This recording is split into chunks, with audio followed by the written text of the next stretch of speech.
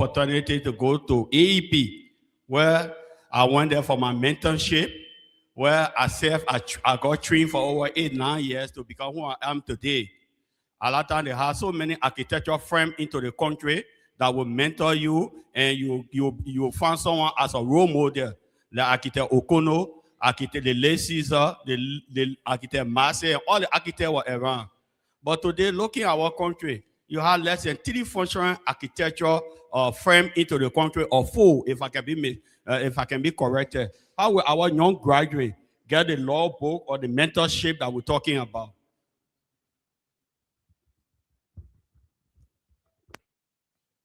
Okay, let me attempt to answer that question, then I'll go to you. That's a good point, and the LI has recognized that as one of the impediments, and we have tried to come up with to respond to that. And this is why we say that you don't necessarily have to go through a business, a firm. You can be in private practice, but you can get a mentor who is an individual that is registered, recognized, and has a good portfolio of past record and performance. So you have architects who practice but do not have firms. Okay, you have architects who are, for instance, at Public Works. You have George, he's there as an architect, but correct me if I'm wrong, I'm not sure if he has a firm, but he can take on a responsibility to become a mentor, to mentor someone. And I'm sure he's doing that already. Also, you have architect Kenneth Awaji, who's also, he's in employment of, I think, the University of Liberia. And I'm not sure if he has a private firm, but he's also, so I'm sure we can find quite a few. It just means that the few that are active will be overloaded. You know, we also have our lady architect over there, Karen. So there are quite a few around. So basically, you can enter into a relationship with them, because you have to have your logbook has to be signed. It must be signed, and you must display an agreement between yourself and that mentor to say that that mentor has taken on the responsibility to sponsor you as a guarantor. Does that answer your question? The gentleman in the, yes, sir. Yeah, good afternoon. I'm Cornelius Jekpa. I have a question, and what has been the impact, or what is the impact of this framework with regards to the technological space of Liberia, knowing fully where our country now has some challenges when it comes to the technological environment? What would be the impact of this policy or this framework? When you say framework and policy, you basically are referring to the ARP, right? Oh, it's enormous. It's going to be enormous.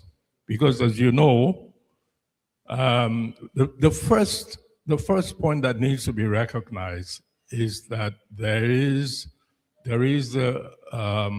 very wide gap between the knowledge that one acquires from university and the knowledge that he acquires over a period from being engaged with the practice in the real world.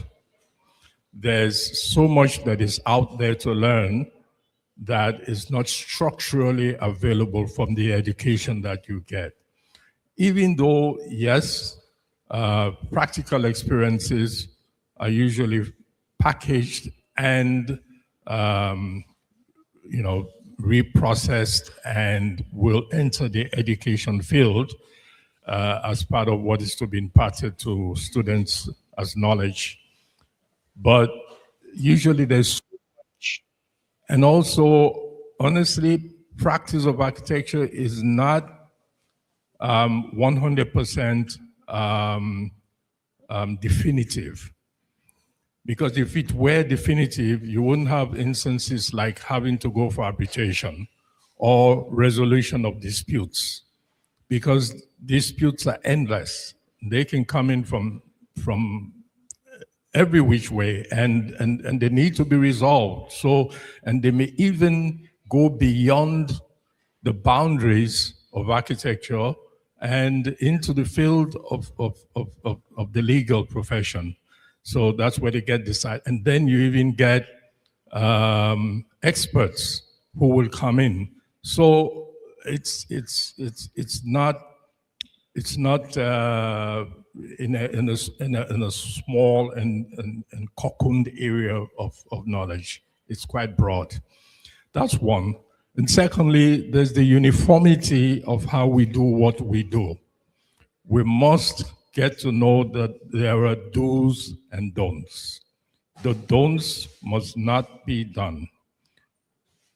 There's a community of architecture practitioners, and they must all be knowledgeable or made knowledgeable of the scope of what they should do, what their conduct should be, involving interactions between fellow architects, or the way that you're expected to interact with your clients.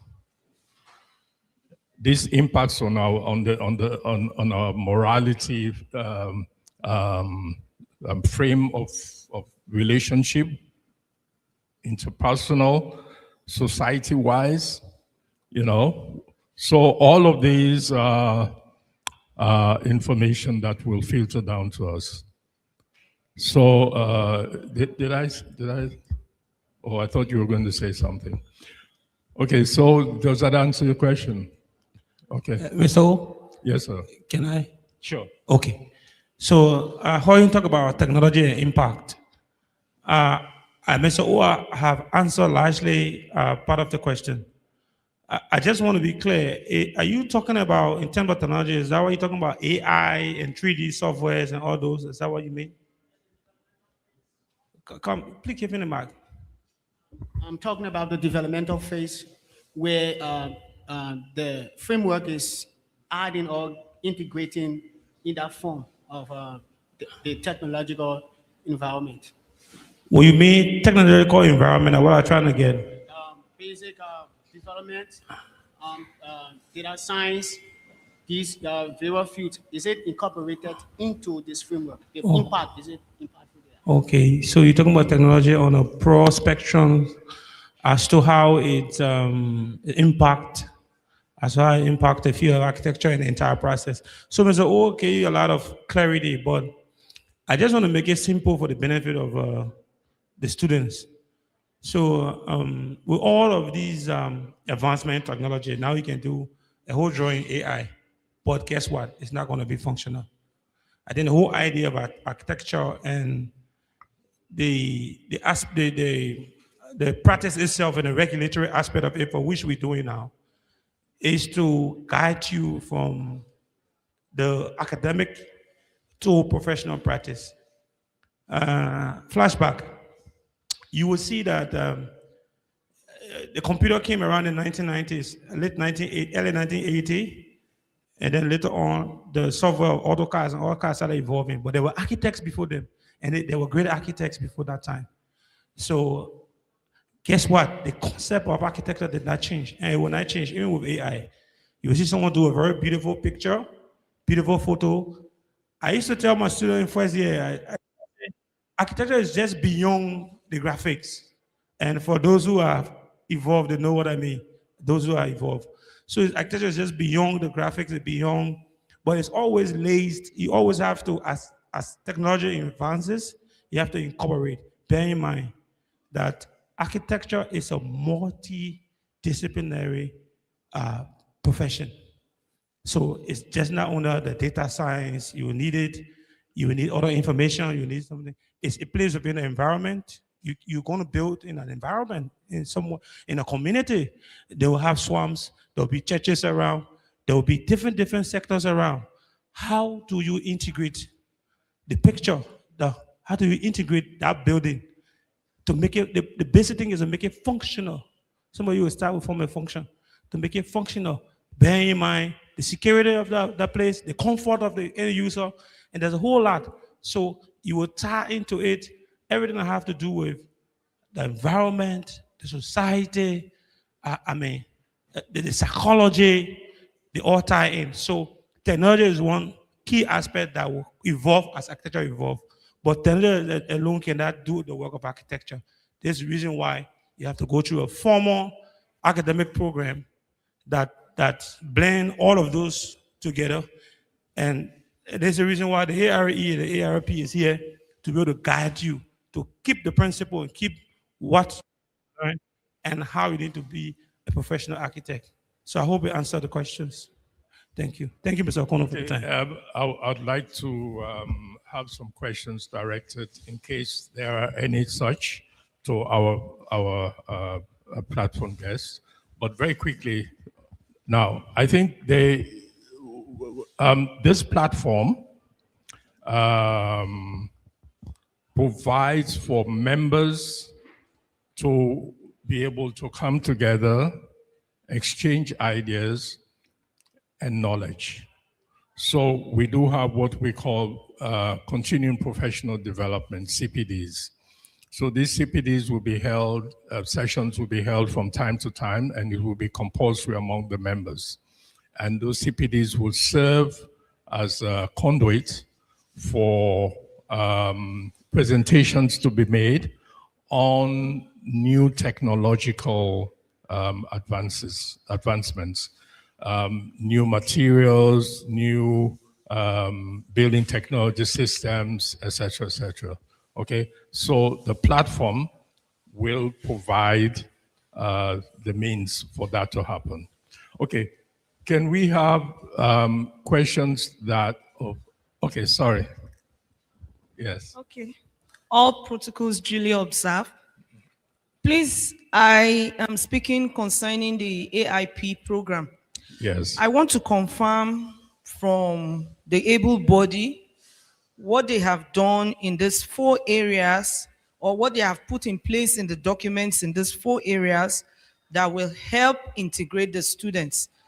For example, in our campuses, we have what they refer to as a student body of LIA. Yes. But we need an official backing from the head body, the principal primary body, to come to the school to come and, will I say, officially officiate that program so that the children cannot feel they are out of place. There's an organization on campus, but it has not yet been officially approved by LIA that it should run.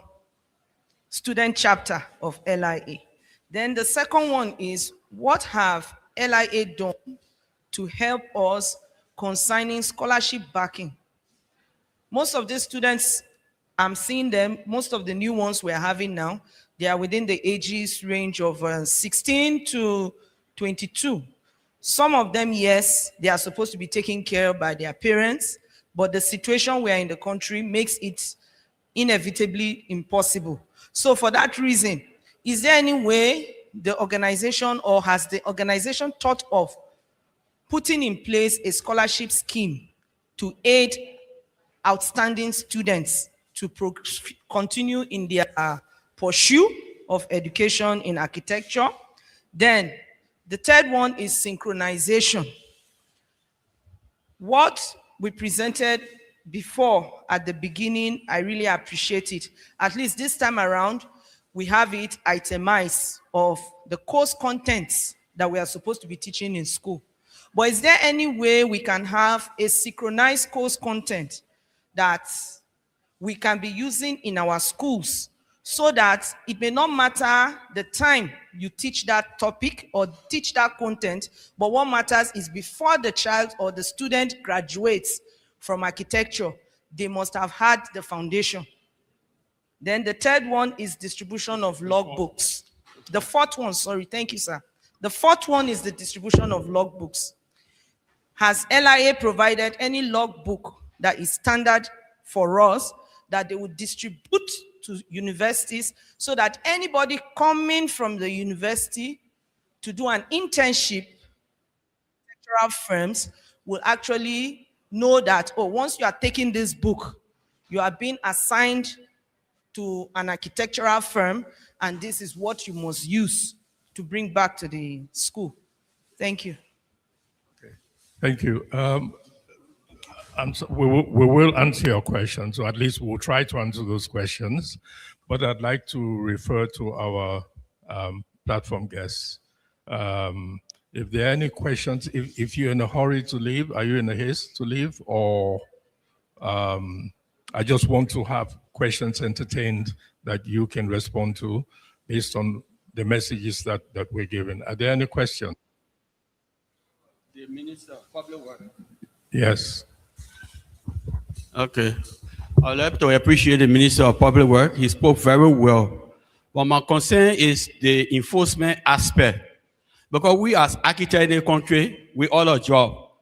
That may be both. Most of the time, we are going into the construction industry. We make ourselves to be construction practitioners because of the enforcement aspect of the Ministry of Public Works. Because most of the agencies, even government agencies, you see designs around today from the big politician, senator, representative, or the big politician. When you go to public work, they will let it slide. They will say that the people based there, not designed by architects. So, what is the Ministry of Public Works? Because they spoke to us lengthily about enforcement. Because you see, most of the building today, Lebanese architects or other foreign architect campus, most of the building down, we all know Liberian architecture part of it. And public work is the mean arm that regulates this building. So my question to him today, the enforcement arm that they are promising us as architect of this country, what will the enforcement arm really be? Because today we as architects, most of the building we are all of it. I can give you an example. Most of the ministry, when they pull out their bill, you go there, the building is not designed by an architect. It's designed by one person or other person because the procurement unit don't want to pay architectural fee. So my question is the implementation. The implementation.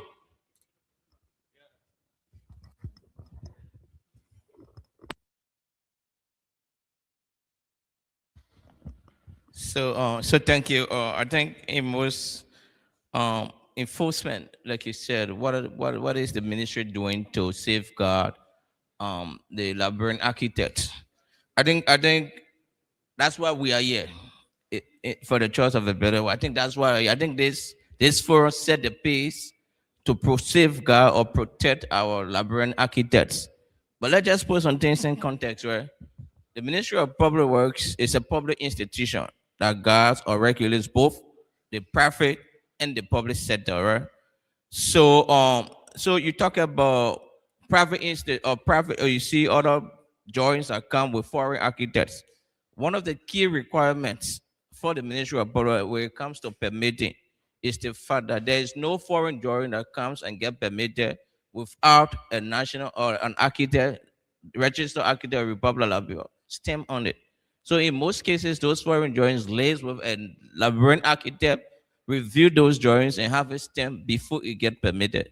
There's no way we permit a building from outside of Liberia without a Liberian architect stamp or registered architect stamp. So of course, that's another way that we could, enforce part of the liberalization policy. So we cannot, of course, remember architecture is a global language, right? So to safeguard is to ensure that when when foreign drawing comes in, one of the requirements is to ensure that that drawing is reviewed and stamped by a Liberian architect that is registered with the LRA. So those are some of the measures in which we safeguard the Liberian architect. You talk about procurement process, of course, for the public institution, like I said initially, of course, there is no perfect system. There's always a continuous learning process. As we get along and we have these experiences, we try to put some safeguard measure in place. So we realize that the Ministry of Public Works, of course, in the past, the ministry used to be the government institution responsible for all infrastructure works. Of course, nowadays the narrative has changed, right? you have other institutions carrying out their own infrastructure procurement. So one of the things we could do to safeguard the library architect is to ensure that, because as part of the public financial requirements or law, is to ensure that before you carry on the project in the excess of certain 250,000, whatever it is, you have to get PPCC approval.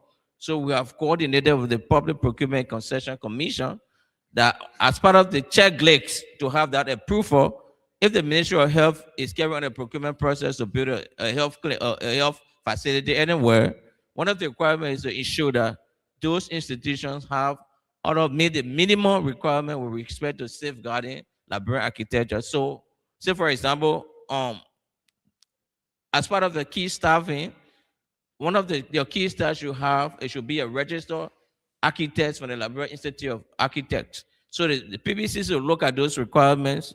If a document is submitted to them for approval, they cannot approve when there is no registered architect from the Library Institute of Architects. So those are minimum ways we can safeguard. But of course, you can overprotect the sector. It doesn't bring about innovation. Competition is also encouraged, but at least there should be some safeguard measures to protect the librarian architects. Yeah. Can I just add something to that from a more strategic standpoint?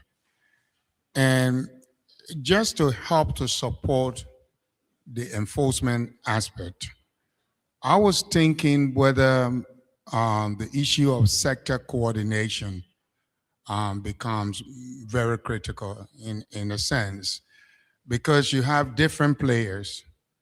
The Ministry of Popular Work is there. And of course, I know at some point in time, my own ministry will have a role to play. And then you have the PPCC, I know, also there. And then, of course, the LIA and ARB. So is there a possibility for us to work towards setting up an agency or interrelated body that will be able to coordinate and support the enforcement aspect of it? I think that could be one great option to utilize, because we're trying to do the same with the Investment Act of 2010. We have this multi-sector body that we have established, and we want to see how best to enforce the implementation of the act. Probably you can utilize that. So I think there is a way, because the ministry has a roadmap. So we realize that if lack of coordination has affected the sector. Say for example, the Ministry of Public Works is implementing a rule. The rule gets completed. Water and sewer comes in, cut the completed rule to run our water line. So based on these experiences, we've had this what we call the infrastructure working group. So it's there for sector coordination. So where we share our plans, we share our work plan. So it enhances coordination.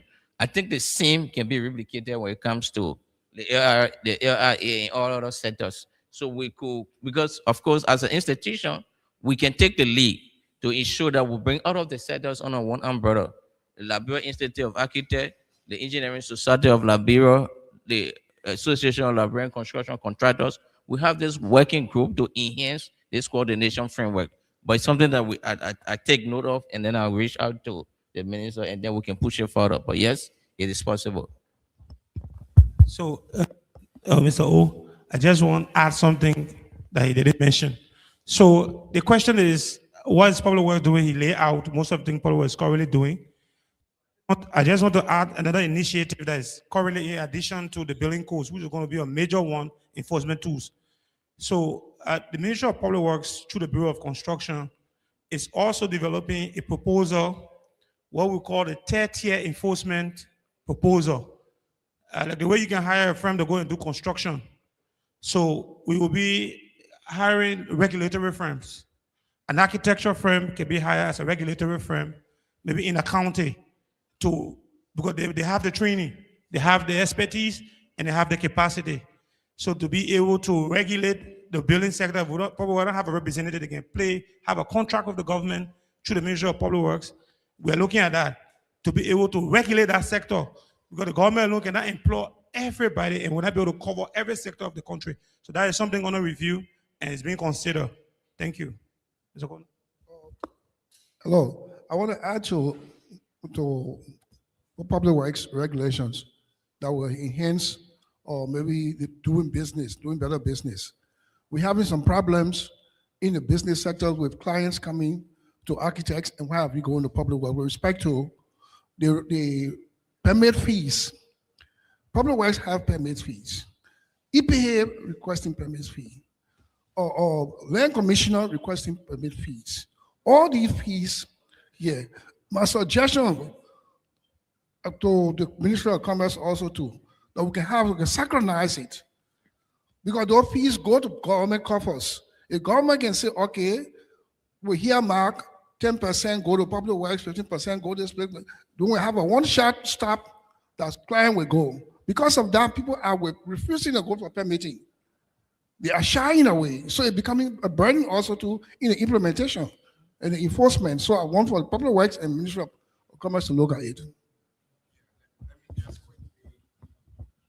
Let me just quickly speak to that. And you are quite right. I think recently you've heard about the situation with the water business. That too many, it has come to the attention of the government, too many fees. And some of the fees we're beginning to even interrogate whether they are statutory or whether they're just arbitrary. And I think that's something that is on the book now for discussion. We've called all the key actors around the table to see whether we can have a synchronized approach to levying fees, because the interesting thing is that you're charging fees like the water company. They brought a complaint, a formal complaint to the government through the ministry. And the different players, you have the ministry of, my own ministry, of course, through the Standard Authority, which has a statutory role to play to make sure quality standards are sort of enforced. But then you also have the MPhil, you also have the EPA, two different fees, one private and then itself. So the guys are saying, and for us, at the Ministry of Commerce and Industry, is supposed to be about trade facilitation, not trade blockade. And that's what we're trying to see. We have established a body that we call the National Trade Facilitation Committee. This committee is comprised of many other actors that have a role to play in the commerce of this nation. We really want to make sure we facilitate trade and not just keep imposing and helping to kill the private sector instead of growing the private sector. So I just to let you know that it's something that is taken seriously and being discussed to find a solution to. Thank you. Thank you, sir.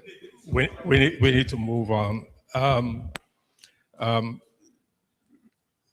I'll try and offer some answers to your questions.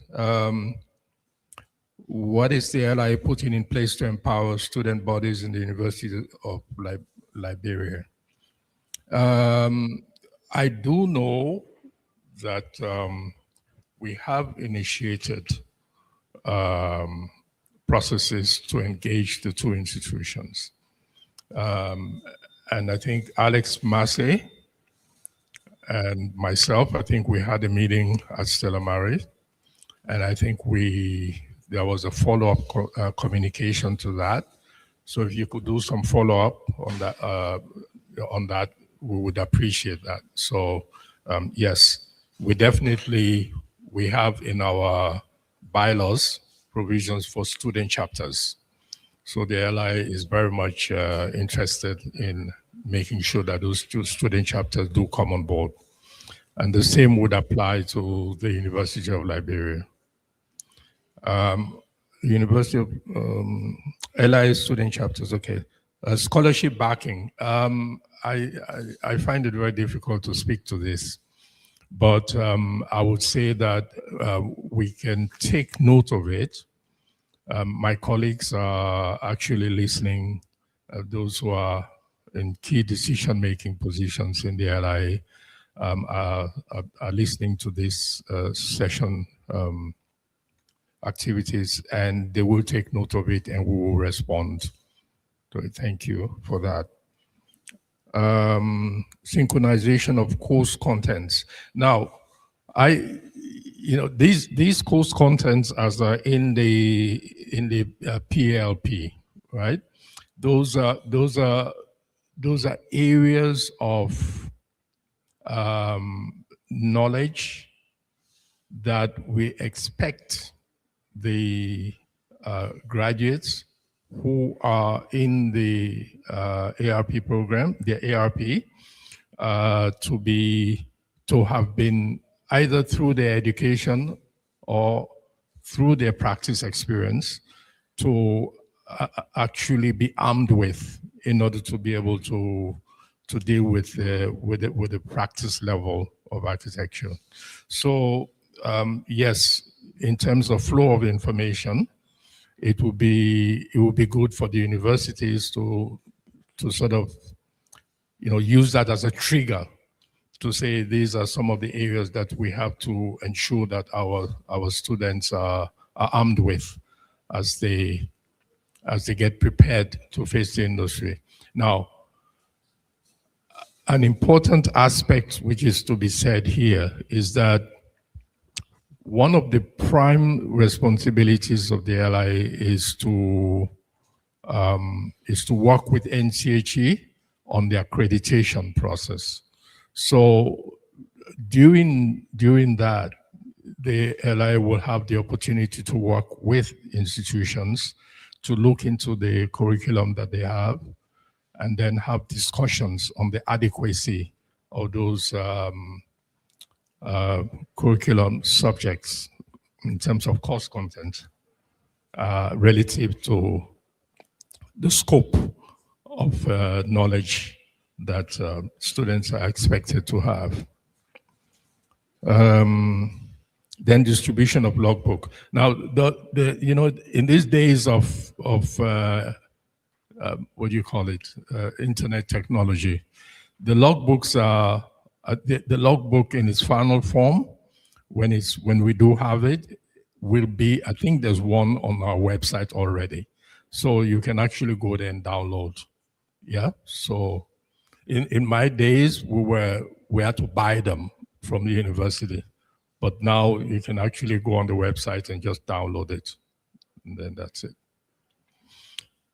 Okay, are there any questions that we can move to the next? Yes? So I just wanted to show a little bit of light on the synchronization process. Like you really said, I know there's a plan to coordinate with the National Commission on Higher Education, because from your initial presentation, I realized that University of Labrador offering architectural program. The State of Maurice is also offering an architectural program, but with different degree nomenclature. So I think one of the gaps that is synchronization process, because if you look at the step as part of your tier to become a full member, you treat the degree from State of Maurice differently to that of the University of Liberia. So in order to, because of course, at the end of the day, to have that balance, I think that's where the ARA can fill in that gap. Have this conversation in universities that, okay, your program should be structured in a way that when a student graduates, they are graduating with a Bachelor of Arts. So then you avoid this 2-degree nomenclature. I think that's something, the synchronization in that direction, I think that's within the context of something that the ARA could look into. That's my opinion, yeah. Yes, we've had some preliminary discussions on that. And I think when we had a discussion with Selamari, I think there was some request that was made to the LIA for some input. Now, these are two sort of streams of thought, I believe, in architectural education. So you have the 5-year program, and then you have the what's called, I think, the 4+2. Now, what the 4+2 does, the first degree is not a professional degree, but the second degree, which which in the past used to be a diploma in architecture, and currently is now a master's in architecture. It gives the opportunity for the institution to inject areas of specializations. And I think maybe other nuances that can be, built into the program. But the academics can answer that better than myself. Dr. Insifu, would you like to say something about that? The 5-year versus the 4+2, perhaps why those two? What is the difference? Well, what I can say is simply this. Those countries which were colonized by Great Britain tended to follow the 4+2 program, 4 years for the bachelor's degree, and then 2 years for the master's degree, which at some point in time in the past was also called the postgraduate diploma. All right? The BArch, the straight 5-year BArch program is actually an American thing. And for University of Liberia program, Mr. Becker and I decided that because of Liberia's peculiar relationship with the US, it would be better to start with that one, so that if the program stays over a period of time, then we could think about maybe 4+2. That is, if that would meet the requirements of the country in the future. So that is basically the whole idea. So you will find that in countries in the West African sub-region, such as Ghana, Nigeria, Sierra Leone, Gambia, if there's an architecture school, they follow the 4+2 program.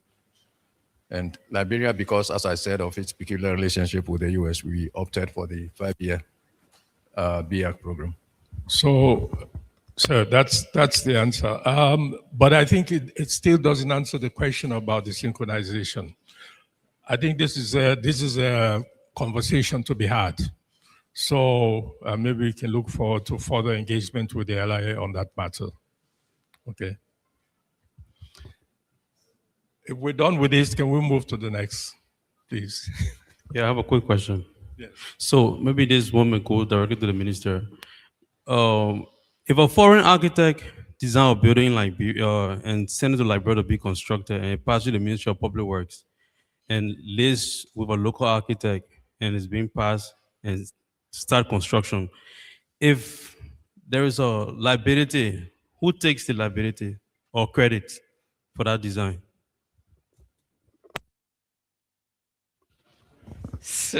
Can I speak to that first? Yes. Okay. Okay. Now that's interesting.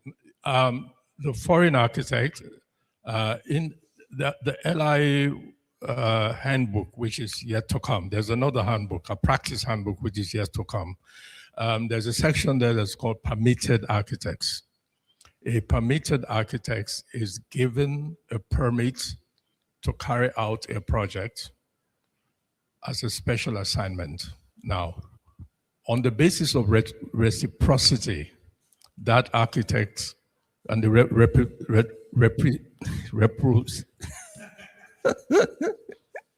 it actually relates reciprocity. Yes, it actually relates to the aspect of Liberia recognizing the qualification status of, say, Nigeria, of that architect as a licensed architect, or Ghana as a licensed, architect, and so on. Okay, and then Ghana in return reciprocates. Now, on that basis, then the architect can come and get a special license and executes that job. But that's on a one-off basis. So if anything goes wrong, by virtue of that permit that architect is given, he then should take legal responsibility, and therefore the liability for any mishap. Now, if an architect comes to Liberia and prefers to team up with a local firm, so The visiting architect does not take a special permit, but relies on the architecture firm to then sign on the drawing. The architecture firm takes the liability. Okay, is that clear? Yes, sir. I think Mr. O'Connor have answered it. I think the essence of a foreign drawing being stamped by a registered architect is just not about the stamp. Of course, before you stamp a drawing, you kind of accepting liability. I mean, you are assuring the Ministry of Public that you have reviewed the drawings and it has met all the necessary requirements. So, of course, like Mr. O'Connor said, the liability is shifted towards the local architect. Yeah.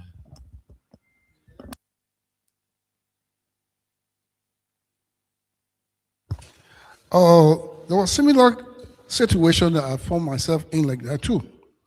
And it was handled by the late Aaron Mayton through Public Works. Aaron Mayton was from the Methodist Church. And they started this building that was going on the Methodist property. But the building came in the country for two-level structure. And it didn't meet the requirement for the land. And they wanted it. And they wanted for him to approve of it, to take responsibility for that. So he called me and asked me to work along with him on that. And just the same question I asked him, the question I asked, so who takes the name of this building if we change it? He said, but are you? I said, no, but I didn't start it. I didn't start the first foundation. He said, why you start a foundation on that? The ability lies on you because you finish it to the end. So you make sure that everything that was in place, go back there, meet them, talk to them, then they give you the details, and you take responsibility of it and takes it further. After that, you take responsibility of it. And he made me to do that. Because he withdrew as a Methodist and was a Methodist, but he said he recruited himself to bringing somebody in. So that why he brought me to work along with the project. So that responsibility fell on me as a local architect to finish it to a 4-level building. So that's the same thing. Okay.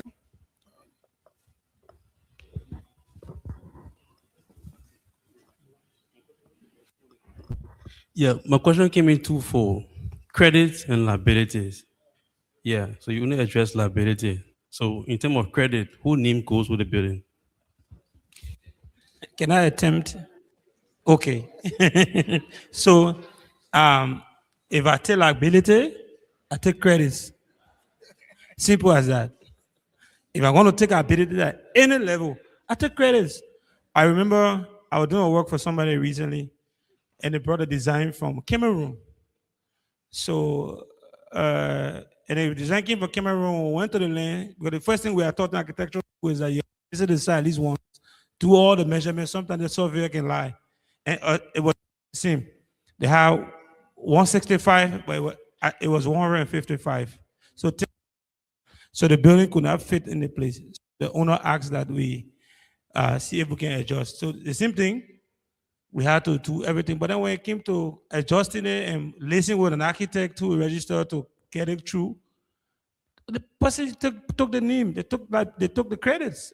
Simple as that. I take the liability. I take the credit. Yeah. So that's it. But I don't know. I just wanted to talk about something a little close to what we discussed as part of the Q&A. Can I? So I didn't hear anybody asking a question about after the presentation or during this section about why, if I study abroad, how can I enroll? You know, we have people who have studied abroad, and there are other students who are outside, and there should be a pathway. But it's no different. I think everything is been here. I just want to let you know that architecture is a universal language. Most of what is being done here is best practiced. It's something that has been replicated around the world. If you went to architecture school, a renowned architecture school, it's like a, what can I say? I want to use the, okay. There's this language, it's like a fraternity. I mean, there are codes, there are certain things you have to do. So by the time you complete those things, and once you come and you compare what we have here, everything that is in the book, the handbook, is something that universally for every accredited architectural school you have to do. It's the same program. You go to school, whether there are 5 or 4+2, you must do internship with the AIP. You must do professional practice. It's a universal thing in Europe. I know about that. It's in the US. It's in North Africa. It's in Southern Africa, places that we visited. So you have to go through the same pathway. So all you need to do is, if you have a friend who is studying or you were studying and you came for visit and you want to, and this is something I think the LIA will have to upgrade later on the website, the pathway for everybody that want to be incorporated. So you have to meet up with this requirement because it's universal. So you have to make sure either you get a law book from the website or use your own law book. They're going to measure it according to the number of credit hours you have absorbed. Is there. Let me just give you one practical example of myself. I studied abroad. But before I was accepted in the program, Dr. Isufu and Mr. Baker had to evaluate all that I have done to see if I have met all of the requirements for 12 semester. And by the grace of God, if I had a little bit more of credit hours that was covered. So, and then all of the core courses or core requirement was all absorbed. So that is the pathway. So those are going to be measured by that. So I think I just wanted to throw light on that one in case anybody who came from abroad and you try to apply through the system. Thank you.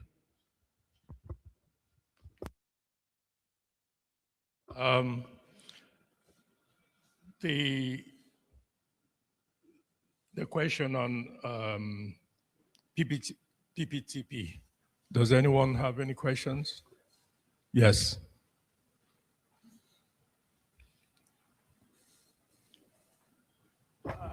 Okay, anyway, I'm Lemuel.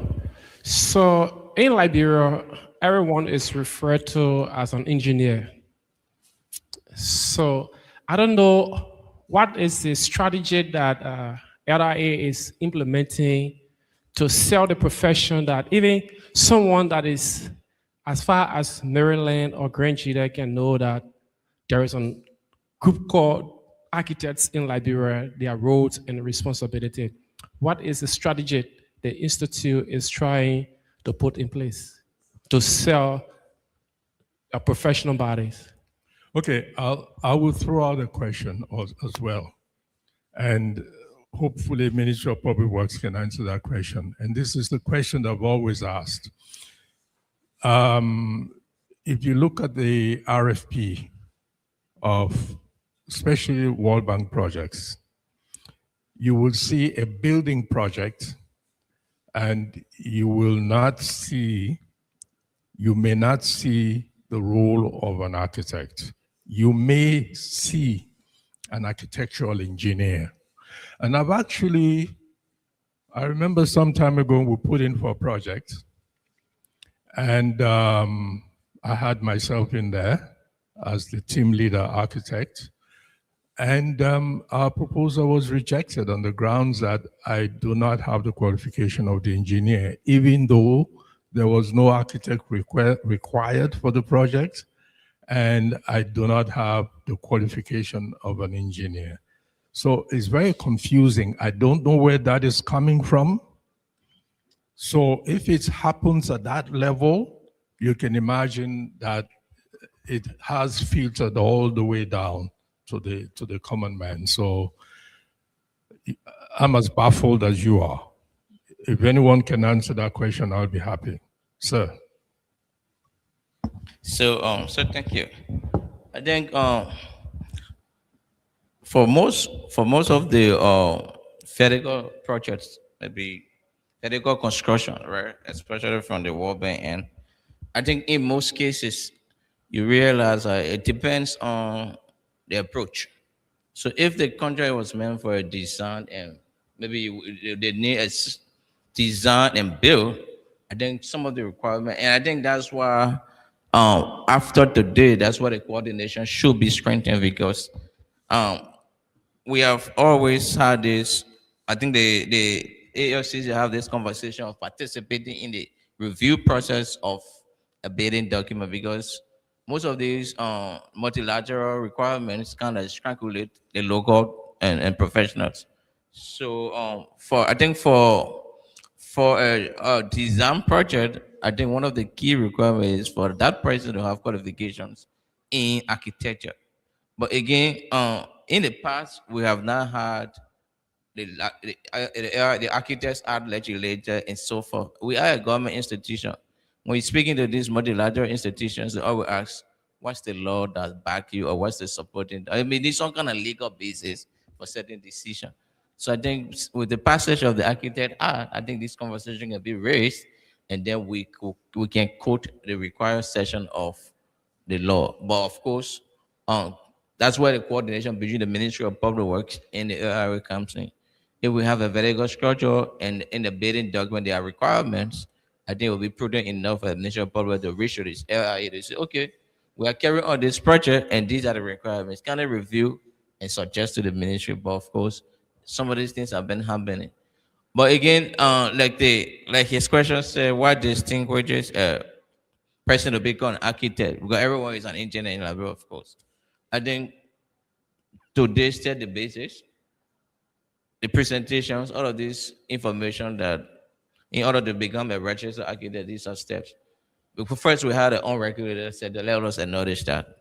But with the passage of the AI Act and after today, I think we're trying to control the sector to safeguard infrastructure. So, I mean, we look forward to working with the AI to enhance and fill some of these shortcomings. Thank you. I would like to add a few things to what you just said. And I think it's very necessary for the LI to go out and do an aggressive publicity to introduce the people of Liberia to the profession of architecture. I mean, the architect as a professional. I'm saying this because I've realized from my 5 years stay here that there is a lot of ignorance about who an architect is and what an architect does. You see? So you can pass all the act that you want, you can do whatever, but deep down, I mean, how many buildings do you see around being designed and built, supervised by architects? Very few. You can hardly count them on your fingertips. And I think it's because most people do not know the role of the architect. The architect is the leader of the building team everywhere you go. Whether it's a World Bank project or whatever it is, the architect is the leader of the building team. The engineers have their role to play, there are different roles to play as well, because there are so many different types of engineers. But here, even people who are supposed to be the elite, okay, do not seem to know who an architect is or what the architect does. They are familiar with the draftsman. And most people would prefer to go and pay maybe $150 or whatever it is to the draftsman to do something. But then later on, when there's a problem, they'll go to the architect for a solution. And I think part of it is the ignorance level. So please, I think you can do yourselves a big favor if you can either use the newspapers or FM stations, whatever it is, to make people aware of who the architect is and what the architect can do. And you can also organize, in many other countries, they organize public lectures at the end of every month ending, where an architect can even discuss a project that he or she has done to the general public. Then people can become more sensitized to what architecture is. I think that is one of the issues that need to be tackled. Because people do all kinds of things, and you see some interesting looking three-dimensional thing designed by engineer, whatever. I think it's wrong. I think it's high time it stopped. Thank you. Point very well taken. Very well taken. I'm sure our LI decision makers have taken due note of that. Okay. Any other question relating to item 2? So,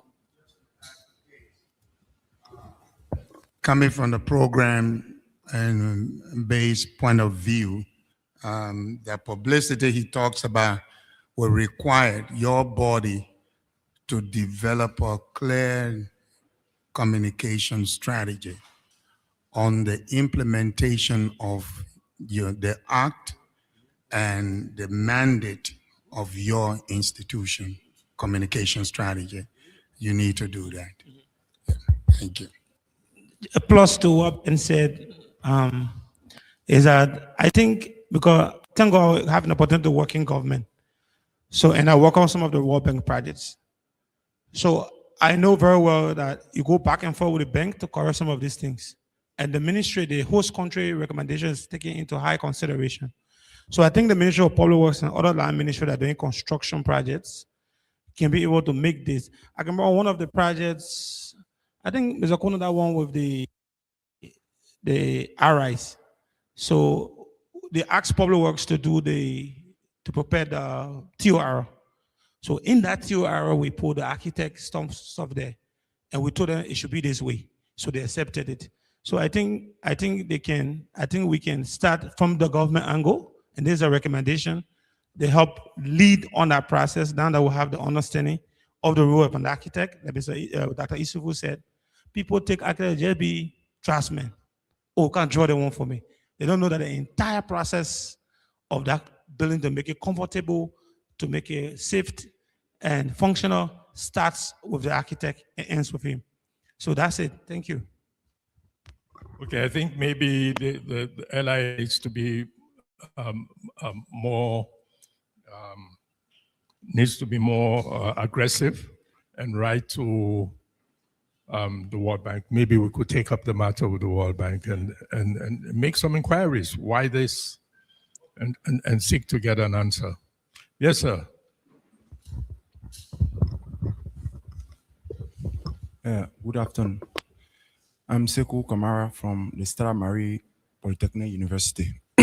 So I want to ask concerning the institution, whether they have a plan to collaborate with the various school or university with the Trini, because at the end of the day, no matter which school or which university you graduate, we all are going to build Mama Liberia.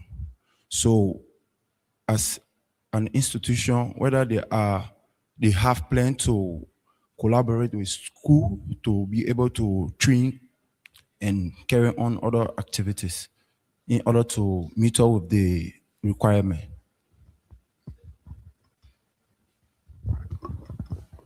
The answer is yes.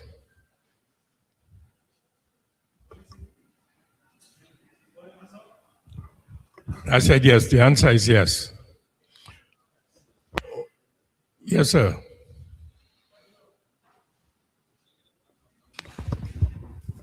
My name is Doug Mason. I think one of the barriers that we see with the issue of architecture, you hardly find an architecture firm in Liberia. So out of these old architects and professional architects, I think it is time that you need to be able to find your architecture firm. Majority of the architecture firm is all in the car at the trunk of most of the other architects. That's the serious truth about it. So with all these procedures being put in place, where are we going to practice? That's a difficult thing. So these are some of the things we need to look at to work on that. I'm sorry. How long have you? Well, I'm sorry. What do you do? Are you in school? Yes. So you're saying that you have not been able to come across an architectural firm? It's hard. It's very hard. I don't think you've looked hard enough. You probably don't even have to look hard enough because there are quite a few of them around. George, just 1 minute. Hello? I think to fill in that gap as part of the LRA is to always have this list of architectural firms on the LRA website with contacts, email that people can explore the opportunities to reach out to them. Okay, the LRA has, now we've launched the program, okay?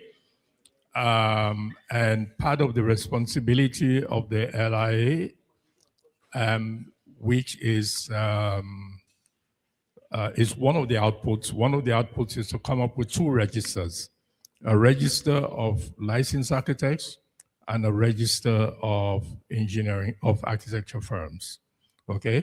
So we will have these registers and they will be published. but they've been published in the past. And every year, I think we send lists of architects and firms to the Ministry of Public Works. But it's a matter of how it gets into the public domain. So where will it be? You can create a directory. Either you do a hard or soft copy directory, or you can maybe you can publish in the newspapers or what. The problem with stuff like this is that if you don't have any business to do with it, then you don't find it, you don't see it. But if you do have a reason, like if you're looking for doctors, the other day I wasn't very sure that there were cardiologists in Liberia. So eventually I found out that there are two, but I wasn't looking for them. I wasn't looking for one, but when it became necessary and I needed one, I was able to unearth information that there are two. So if you're looking for it, you will find it. Okay. So, yes, sir. For instance, there's a yes. Okay.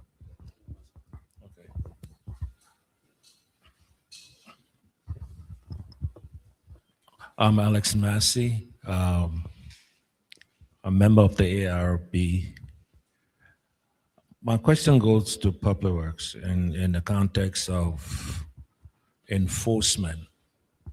A lot have been said about billing code and very little about zoning. I'm in the midst of two projects. I'm at the point where I have to engage Public Works regarding the site plan, approval, pre-approval process for site plan. The first thing that enters my mind is, what is it that the zoning department of Public Works is looking for? So I can address those issues before engaging them. I don't know. Once upon a time, there were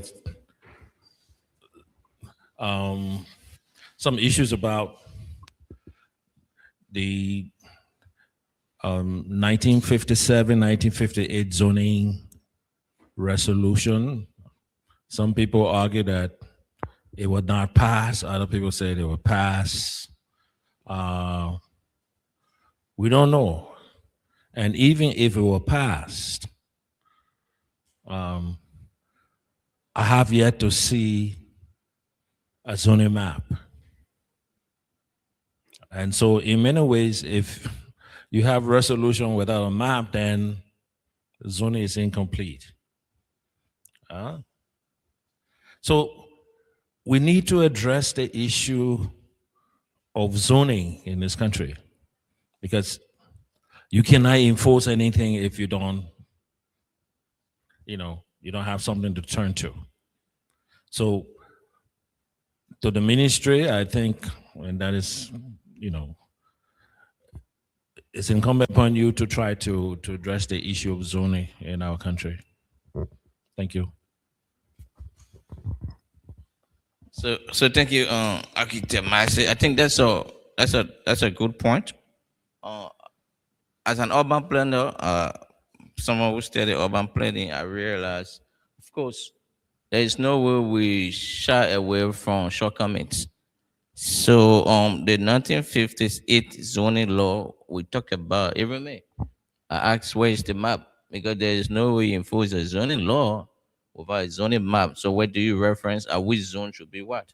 So those are shortcomings that we as a ministry has identified.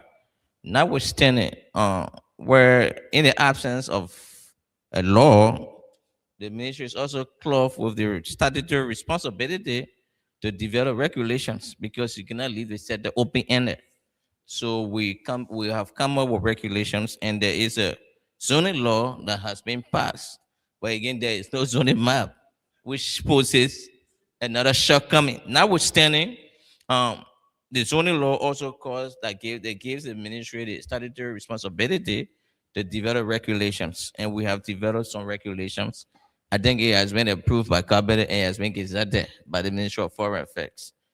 And one of the things we look for is before the urbanization of the Labrador Land Authority, people think that zoning work was to validate land deeds. So we have already cleared that distinction that as a zoning officer, it's not a work to say this person owns the land or validating deeds. I think that's the work of the Labrador Land Authority. What we do is when the land authority has validated a deed and they realize that um, in this is an alley. So one of the key things we do, one of our core zoning functions is to protect. We want to provide accessibility to the communities.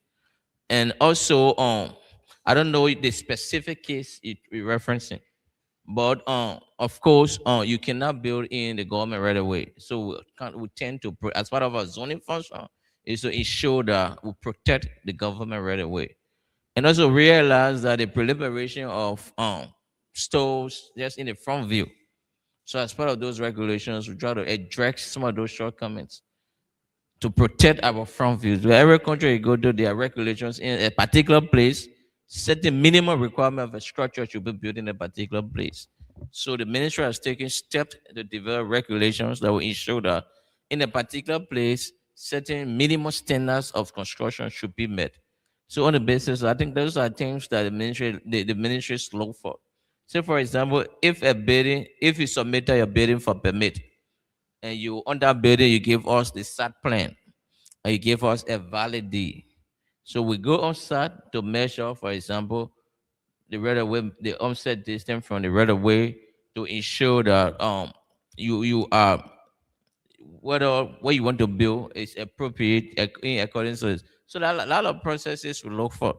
Of course, the system will get better over the years of experience, but we also welcome this feedback from the public because we are a public institution. We're not perfect, right? We want to be perfect. So your feedback and the experiences you have had, we are open. Just walk to the zoning office. They will have a public complaint desk and then just outline these experiences. But of course, those shortcomings are there. We are taking steps to minimize some of the effect of those shortcomings by introducing regulations and etc. Unless maybe the specific case you experience, maybe if you want to pinpoint it, then I could address it. But in the absence of that, I mean, those are steps we're taking. We're introducing regulations to cater for some of those shortcomings. Okay, thank you, sir. Further to Alex's question, I've always wondered why why planning approval, or what we call zoning in Liberia, is an integral part of the building permit, because planning is distinct, and you can actually take a project all the documentation, you can take it all the way to only to find out that you didn't actually comply with the planning aspects or zoning aspects. And what this basically means is that you find out, oh, sorry, you can put that building there. Like, I remember many years ago, our firm was doing a rubber processing plant for, I think it was this Libyan company. It was supposed to be situated directly opposite BWI. So there were environmental concerns, I think basically smell. But it was, because it was, I guess it was a project that the government had an interest in, because it's development oriented. So maybe a blind eye was thrown to it, and we advanced all the way to completion. And finally, it was determined that the construction permit will not be issued. Now, if we had a two-stage planning permit process, then the project would have failed at the planning permission stage. So Can you address that? Is there something that the ministry can look into? I think I am of the professional opinion that if you want to regulate, that means you have to be transparent in terms of minimum requirement. Because if you want to institute a regulatory framework without a transparent checklist or minimum requirements, it leads to control. So, for example, like the case you gave me, right, or job construction permitting. If the ministry doesn't put out in the public in a transparent manner in terms of what the minimum requirements are, it's possible that, from a human perspective, somebody somewhere want to control because there is open-ended. It's determined when the drawings are when the permits or when your drawings come in. And in most cases, like in the instant case you gave, um, you know, we normally hear the word sustainability, right? So sustainability is just not about economic, financial, or environmental. In order for a project to be more sustainable, there are also political factors. So if the project can stand the political test, it makes the project sustainable. Some of these, like the case you talk about, I feel that there shouldn't be any construction works without obtaining a permit. In my opinion, that's one of the error I pinpointed in the example you gave. I don't know whether it was a temporary instruction project, but in my opinion, that project should have not even started without obtaining the permit. So I don't know how did it go, but the reason why we issue a permit is in most cases because of our lack of enforcement. We realize that the project can be almost a roof, maybe a vertical structure can always be roofing because somebody say coming for permit. But basically, permit is to give you instruction to commence your work. So in most cases, you have to have a permit before you even begin construction work. So I don't know whether the character scenario you gave, whether you said the permit was not issued when it was almost at completion. So I don't know. No. The permit was not issued, so the project wasn't done. Oh, the project wasn't done. Yes. Yeah, but as part of the requirement, if you submitted a project for permitting, right? The ministry is just not looking at the basic infrastructure requirement. We're looking at some other factors. So perhaps in the review process, it was determined that that location was not suitable enough to have that project. So my question is, as I think Alex is Okay. also seeking an answer to, Yes. is that if there was a two-stage permitting process, Yeah. the planning, which is at the early stage, would have cleared that this project is not permissible from a planning standpoint, which would take into account, say, zoning requirements not being met, and other related factors, then that would have been determined, and that would save the client a lot of money. So Alex now is in a quagmire, and he's saying, I want to know what do I need to, what requirements I need to satisfy before I proceed. Before you proceed with a construction work, right? No, with the design work, with the detailed design work. The detailed design. So, well, let me give you an example. No, I get it, Mr. O'Connor. I think that's what I said. If you want to regulate a particular sector, that means you have to be transparent on what the minimum requirements are. It's not about submitting and then we determine what the minimum requirements are. So, as an institution, as the Ministry of Public Works, I think we statutory mandate to issue out to the public what are some of those minimum requirements are to satisfy a particular design standards. And of course, that we have fell short of. You don't have a map. There's no zoning map. That's the point. That's what I said because I'm a planner. So that's the shortcoming in the zoning law. Yeah. So we need a zoning map, and we currently have a banking project that we have that look into developing a zoning map. So we're in the process of developing a zoning map to govern the zoning regulations. But notwithstanding, we have issued out some regulations to say areas that are minimum requirement standards to be built to a particular place within Monrovia. Okay. Those regulations will be put out in the public. Okay, let me ask you a question. Yes. If I have a project, I have a fairly major project, and I say, look, I'd like to spend my client's money judiciously, all right? And I'd like to give my client a very, very good advice. I would like the ministry to tell me that what my intentions are vis-a-vis my client's intentions actually are in conformity with zoning regulations before we proceed. For instance, one, can I do that type of building there? Can I do it without on-site parking?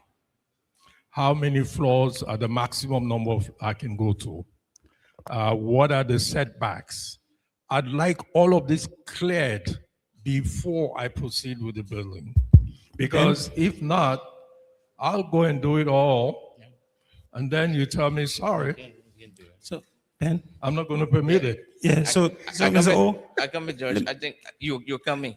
So I think a client has all rights to notify the Ministry of Public Works in terms of what you just explained. But in most cases, the Ministry of Public Works only receive a design. There hasn't been instances where a client notified the ministry as to of expression of intent. In most cases, the ministry is at the receiving end of a design. So it's possible if you a client and you want to have some level of preliminary permission, always feel free to notify the ministry even before submitting your design for approval. But in most cases, the ministry always receive a design. So review the designs on the basis of that. But you should always notify, like what Mr. O'Connor said, you are liberty to notify the ministry to seek advice on a particular site, whether this is feasible or not, and then the ministry will professionally respond according to advisory accordingly. But in most cases, we only receive joints to review and permit. But if you in situation of that, I advise you always feel free to notify the ministry to seek advice before you proceed or put a lot of effort into your design process. But yes, clients are liberty to notify the ministry as to seek advice what the ministry technical opinion is before submitting design. But in most cases, most clients submit only the designs for approval. And that's where some of those setbacks could be. To safeguard some of those delays, preliminary could have read the ministry seeking advice before proceeding with the design process. But yes, we're open to those kind of notifications. It's good to know. Okay, Yeah. so Mr. O, quickly, I know we're running out of time. So for the benefit of everybody, thank God I work with the Ministry of Public Works, and I've been involved with, I'm a building professional, so I think what is actually happening in the ministry, we are kind of limited, Mr. Massey. What you're asking for, what Mr. Kono is asking for is strictly urban physical planning, which we have not reached there yet as a country, as a nation. That's why Madam Pratt said that there's need to harmonize, to synchronize all of the functions that deal with planning. Take the department from internal affairs, they deal with too much traditional issues, they don't care about urban planning. I work there, they consult us there with you and Habitat. I know that. So you want to push, so take it out. The housing authority is sorry for saying almost, I don't want to say it's functional. Yeah. So you need to get that function, get the urban planning function, get the zoning function, synchronize them into a standard authority that will be at the cabinet level, and start to look at the issue of master plan. I have been talking even at the senior management level in public works. I told my ministers in one meeting that if we continue to build rules and do not plan for what go along the rules, we'll have disaster. And that's what's happening. So at the level of zoning, the major thing that happened there is they care about the rules right away. That's all. When we can get the right away, there's minimum setback from the right away. I think it's required 16 feet. So those are basic regulations. After that, what goes beyond it, no, it's up to you. So there's a reason why Madam Sally was saying in some community you have churches. I don't think she's really speaking against churches. But in when you have zoning, like he's saying, actual zoning or urban planning, you have area in other countries for a commercial district, malls, marketplaces, and what have you, where all the noise stays. You have zone, they have regulations for school zones. Even school zones are regulated. You get all around. So churches and mosques, they are regulated so that you don't, they don't have residential community where there's only residential.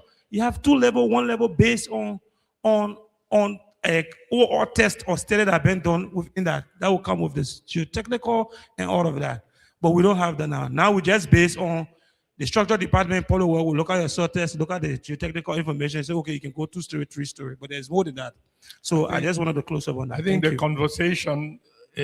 conversation in that area is huge, and I don't think this is the forum for it. But it's interesting what is emanating from this process. So, Mr. Connor, so yeah. I mean, like you said, the conversation is huge, but the ministry has taken a bold step. So sometimes in January we convene this National Infrastructure Forum in Ganta, and the final report is out. As some of the outcome of that conference is what we're proposing here now. It was proposed by delegates of that conference that we need a spatial development framework that will guide the development process. So, and that report is available on the ministry's website. You could access it and then read what the outcome of that conference is. It has been endorsed by cabinet and the president. I think we're just trying to do the implementation aspect of it. But yes, there was a forum, and we're still open to more suggestions. So feel free to access the ministry's website. The conference report is there, and you see where some of the recommendations that were made, especially when it comes to the spatial development we're talking about. Thank you. Okay, I think. Was it? Just a point to the Ministry of Commerce and Public Works. We know Public Works in the process of this zoning thing, it will come to an end. But one critical aspect I want you people to look in as you go along, the issue of occupancy, building permit, occupancy. We got many structures here under construction, and they're allowing people to occupy it. It poses risks, hazard to people. Many buildings, commercial buildings, offices, casinos, all. So it's going on. Ministry of Commerce, look into it seriously. It's in the building, right now in the building code, though,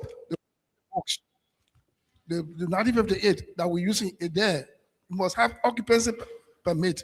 It is there. I want you to revisit it and institute it. Buildings are not to be occupied until they are complete. Yeah, the enforcement. Thank you very much for your questions and answers. We cannot answer all of the questions today because there will still be more questions. So we like to end this session of question and answering.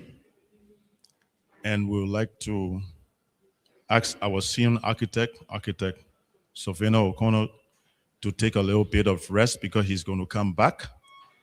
We have a session that has to do with the GFDRR. If you look into your program, it's very extensive. So let him rest a little bit. If you look in your program, page number 2 of 4, you will see we have a session for strengthening regulatory capacity. All right? So, before we go further, we'd like to recognize a few individuals that have been absorbed into the LIA. I see 1 or 2 faces already here. I want to call their names.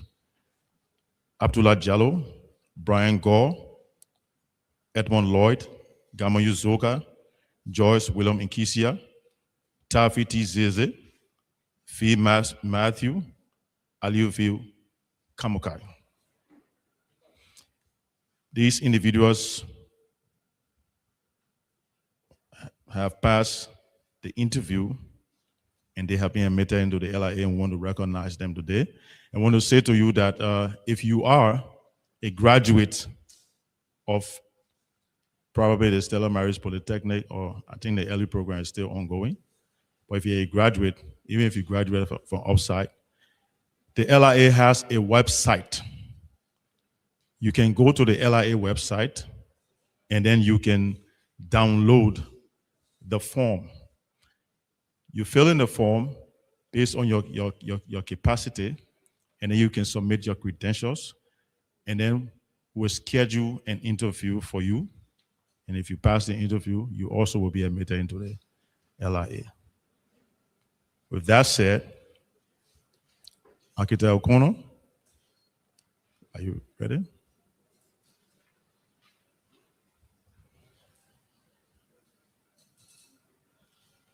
So just to look at what the GFDRR is.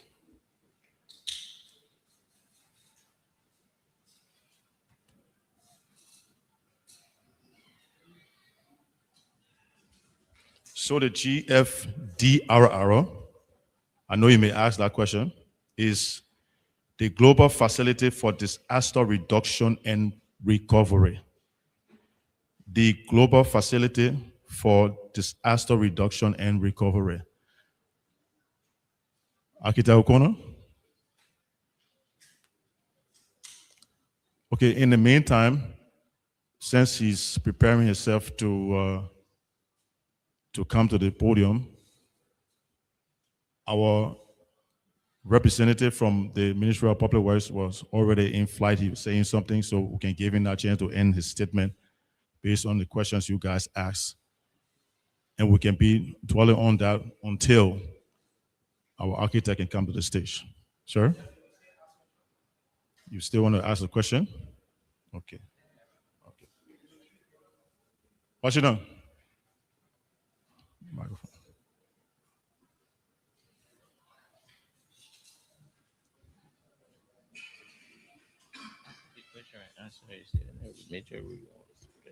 No.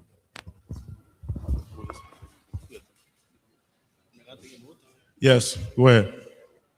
Yeah, my question go to the Ministry of Public Works. Honorable Minister, representative. So we have zoning law, which has to do with land regulations, and building code has to do with building regulations. We do not have a specific building code, which we are following now. It's an alternative thing. And you do not have a zoning map.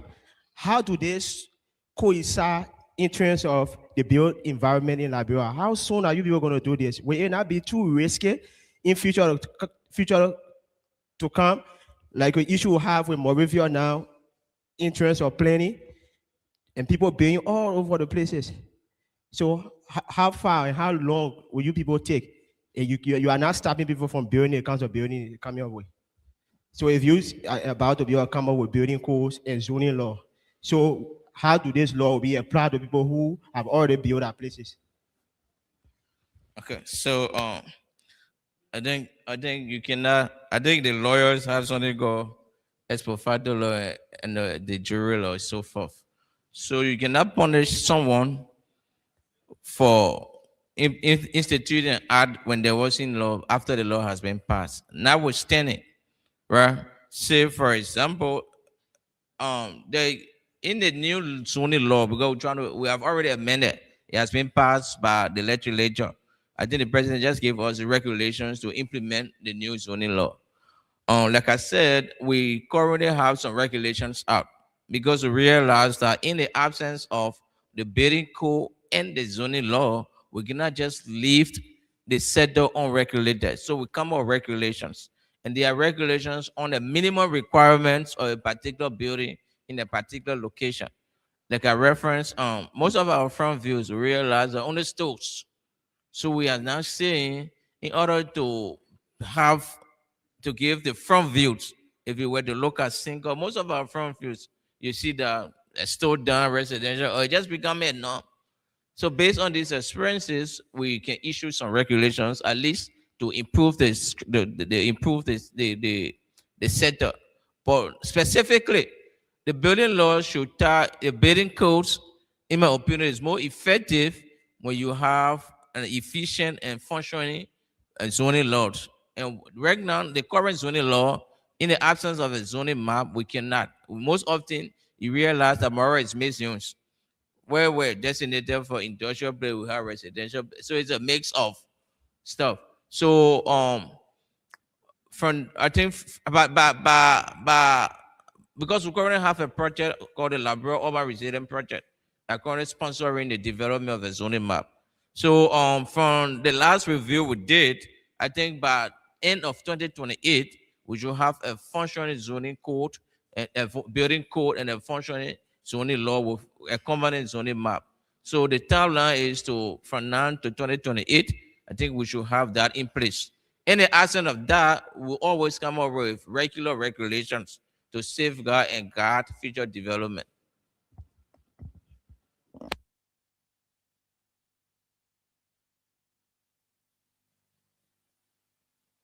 Yeah. Honorable Representative, so we have noticed over the period of years in terms of the issue of zoning law and building SARS. It has been put in SARS. So if your government have the opportunity of the next election, I believe so the next government will come up with another kind of strategy. So I feel that it still affect our city ordinance in terms of development or urban planning. So what is a yardstick? How do you people see that future? Of course, the reason why we have strived to legislate the amended zoning law, there is a new zoning law that has been passed by both houses and has been approved by the president. Notwithstanding, there are regulatory component of that zoning law implementation framework that the laws talk about.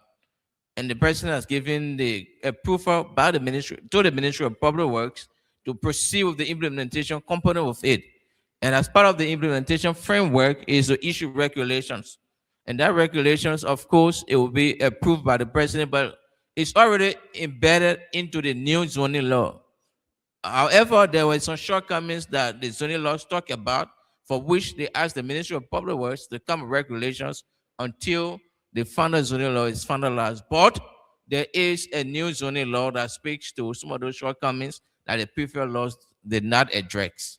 So there is no new government that can supersede an existing law. There is an existing law that speaks to the shortcomings of the 1958 zoning law.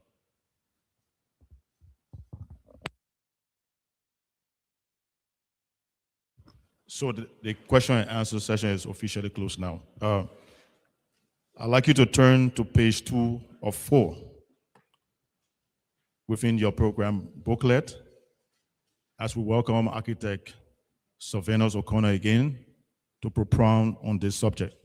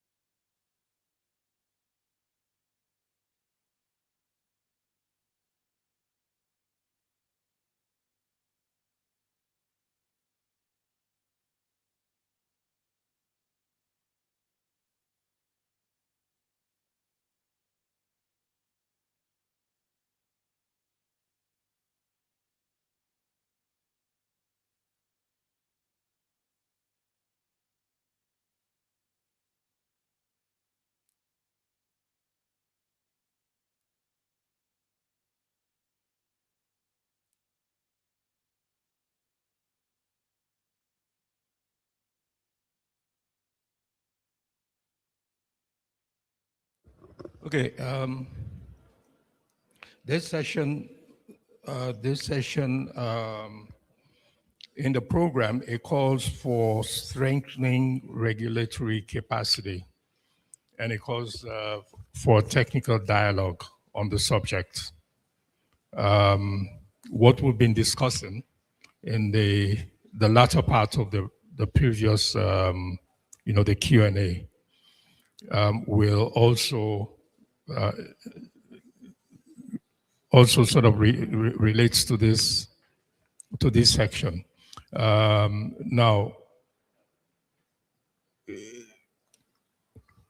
the program says that the subject is to be attended to by or relates to the responsibilities and functions of the LI, the MPW, the LI, the ESOL, and ALCC, who are all on the panel. Unfortunately, we only have Minister of Public Works, so it looks like it's all going to hang on you. I'm sure you're aware of this document. You're aware of it. It was a document that it was a study. I'm not sure who.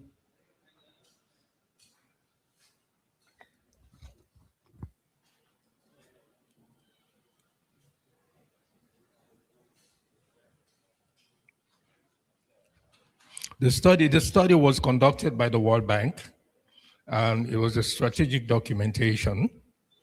It deals with several aspects relating to urban planning, and it assesses the sector, the urban planning sector, specifically of Liberia's urban environments. So there is the building regulatory capacity in Liberia. So there are several discussions that relate to that particular item. One of them is establishing the building regulatory framework, and that focuses on why using the GFD our 5-year implementation plan as an accountability roadmap to define minimum industry standards for the practice of architecture in Liberia. So implementation 1A, develop and implement the legislation, instruments, and guidance, including data needed to regulate and manage land use planning, development control, and construction. Minister, this is of course in the spatial planning domain. We do have several, as we've said earlier, there are several players that have to be in it, and one of them in particular relates to land management, which is, and unfortunately our guest speaker has left. But notwithstanding, we can look at two aspects, the Building Code Committee, and we can look at the construction health and safety, okay? So on the matter of building committee, you know, this is the LI, and the LI is trying to say, okay, we're organizing, and we're trying to position ourselves so that we can play a part in helping to address this matter. We're aiming to work with the Minister of Public Works as a private sector institution, which has now been legislated and has a legal backing. How do we effectively liaise with the Minister of Public Works to strengthen its ability and capacity to deliver? Because this aspect impacts the way that we are prepared to do what we do, and also for you to be able to be a watchdog over also what we do. So we know that building code is a deficiency. We don't have that right now. And you've spoken to the availability of regulations. And these regulations, I believe are kind of ad hoc at the moment, right? So I guess the question, you see, let me say this. I'm sorry, Liberia has been slow at doing a lot of things. I started my sojourn in the business of architecture and urban planning since during the period of the war. So coming out of the war, I started doing a lot of consultancies for the UN relating to reconstruction of the housing and urban sector. I consulted for National Housing Authority. I did a document on considering to change the status of National Housing Authority. I did a consultancy to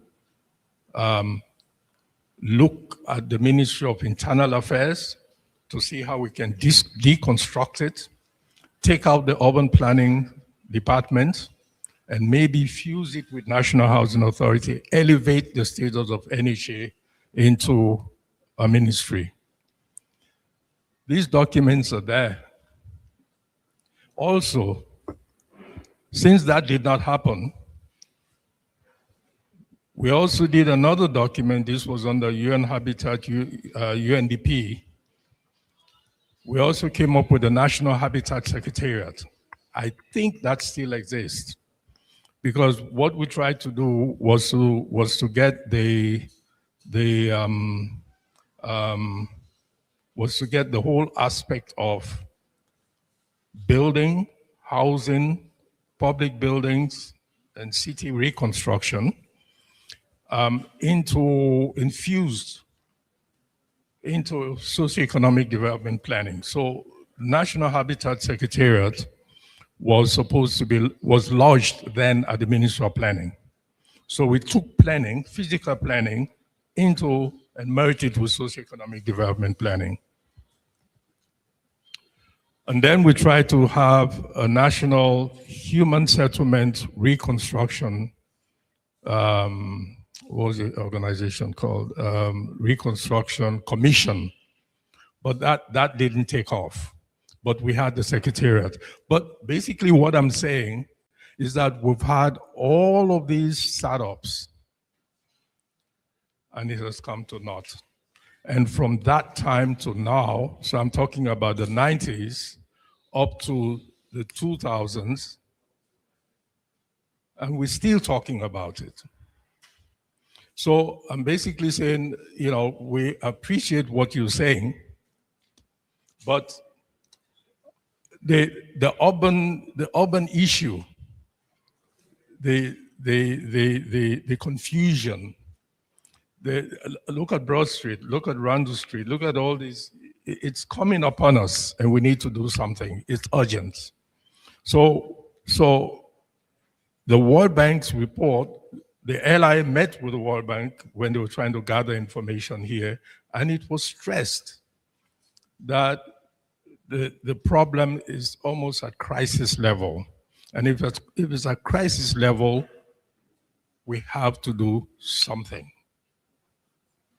We have to take, and the action we need to take is urgent, and we need to take serious actions. So over to you, sir. I don't know what you can say. I know the ministry trying to do what it's doing. I know the minister is working very hard, but we need to get things done in order to be able to respond to these needs. So thank you, Mr. O'Connor. I think as an institution, I think we share the same point of view like the ARA and any other professionals present in the building environment. We have a lot of fragmentation when it comes to urban function. And we are of the opinion that we hope that it could be centralized under one institution. And like you said, some of the consequences of this unplanned settlement is right in our faces. Before I proceed what I want to say, I just give you one classic example. Everywhere in Liberia, or in Monrovia, everywhere in Monterey County. A plot of land is 10,890 square feet. If we were to reference the old zoning map, that is just not applicable to everywhere, right?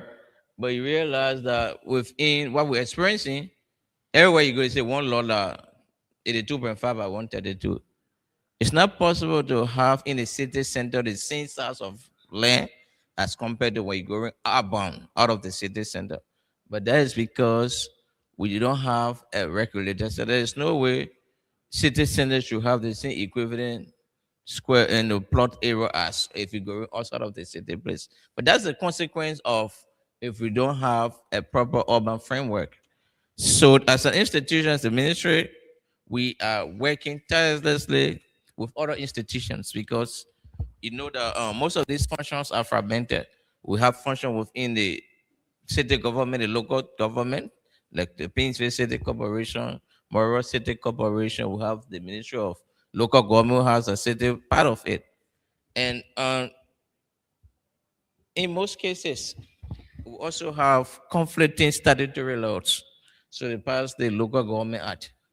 The Local Government Act gives some function to the local authority like Painesville City Corporation. So we realize that Painesville City Corporation is also issuing a permit because they are being empowered by the local government Act. So these are conflicting things just beyond the Ministry of Public Works that we need to address. But notwithstanding, as an institution, we, like Director George said, we in the process of finalizing the building code.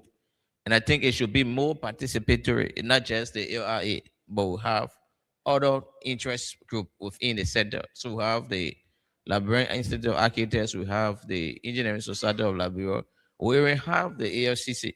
So as part of the development process, I think we're going to incorporate the viewpoint of all of you and folks.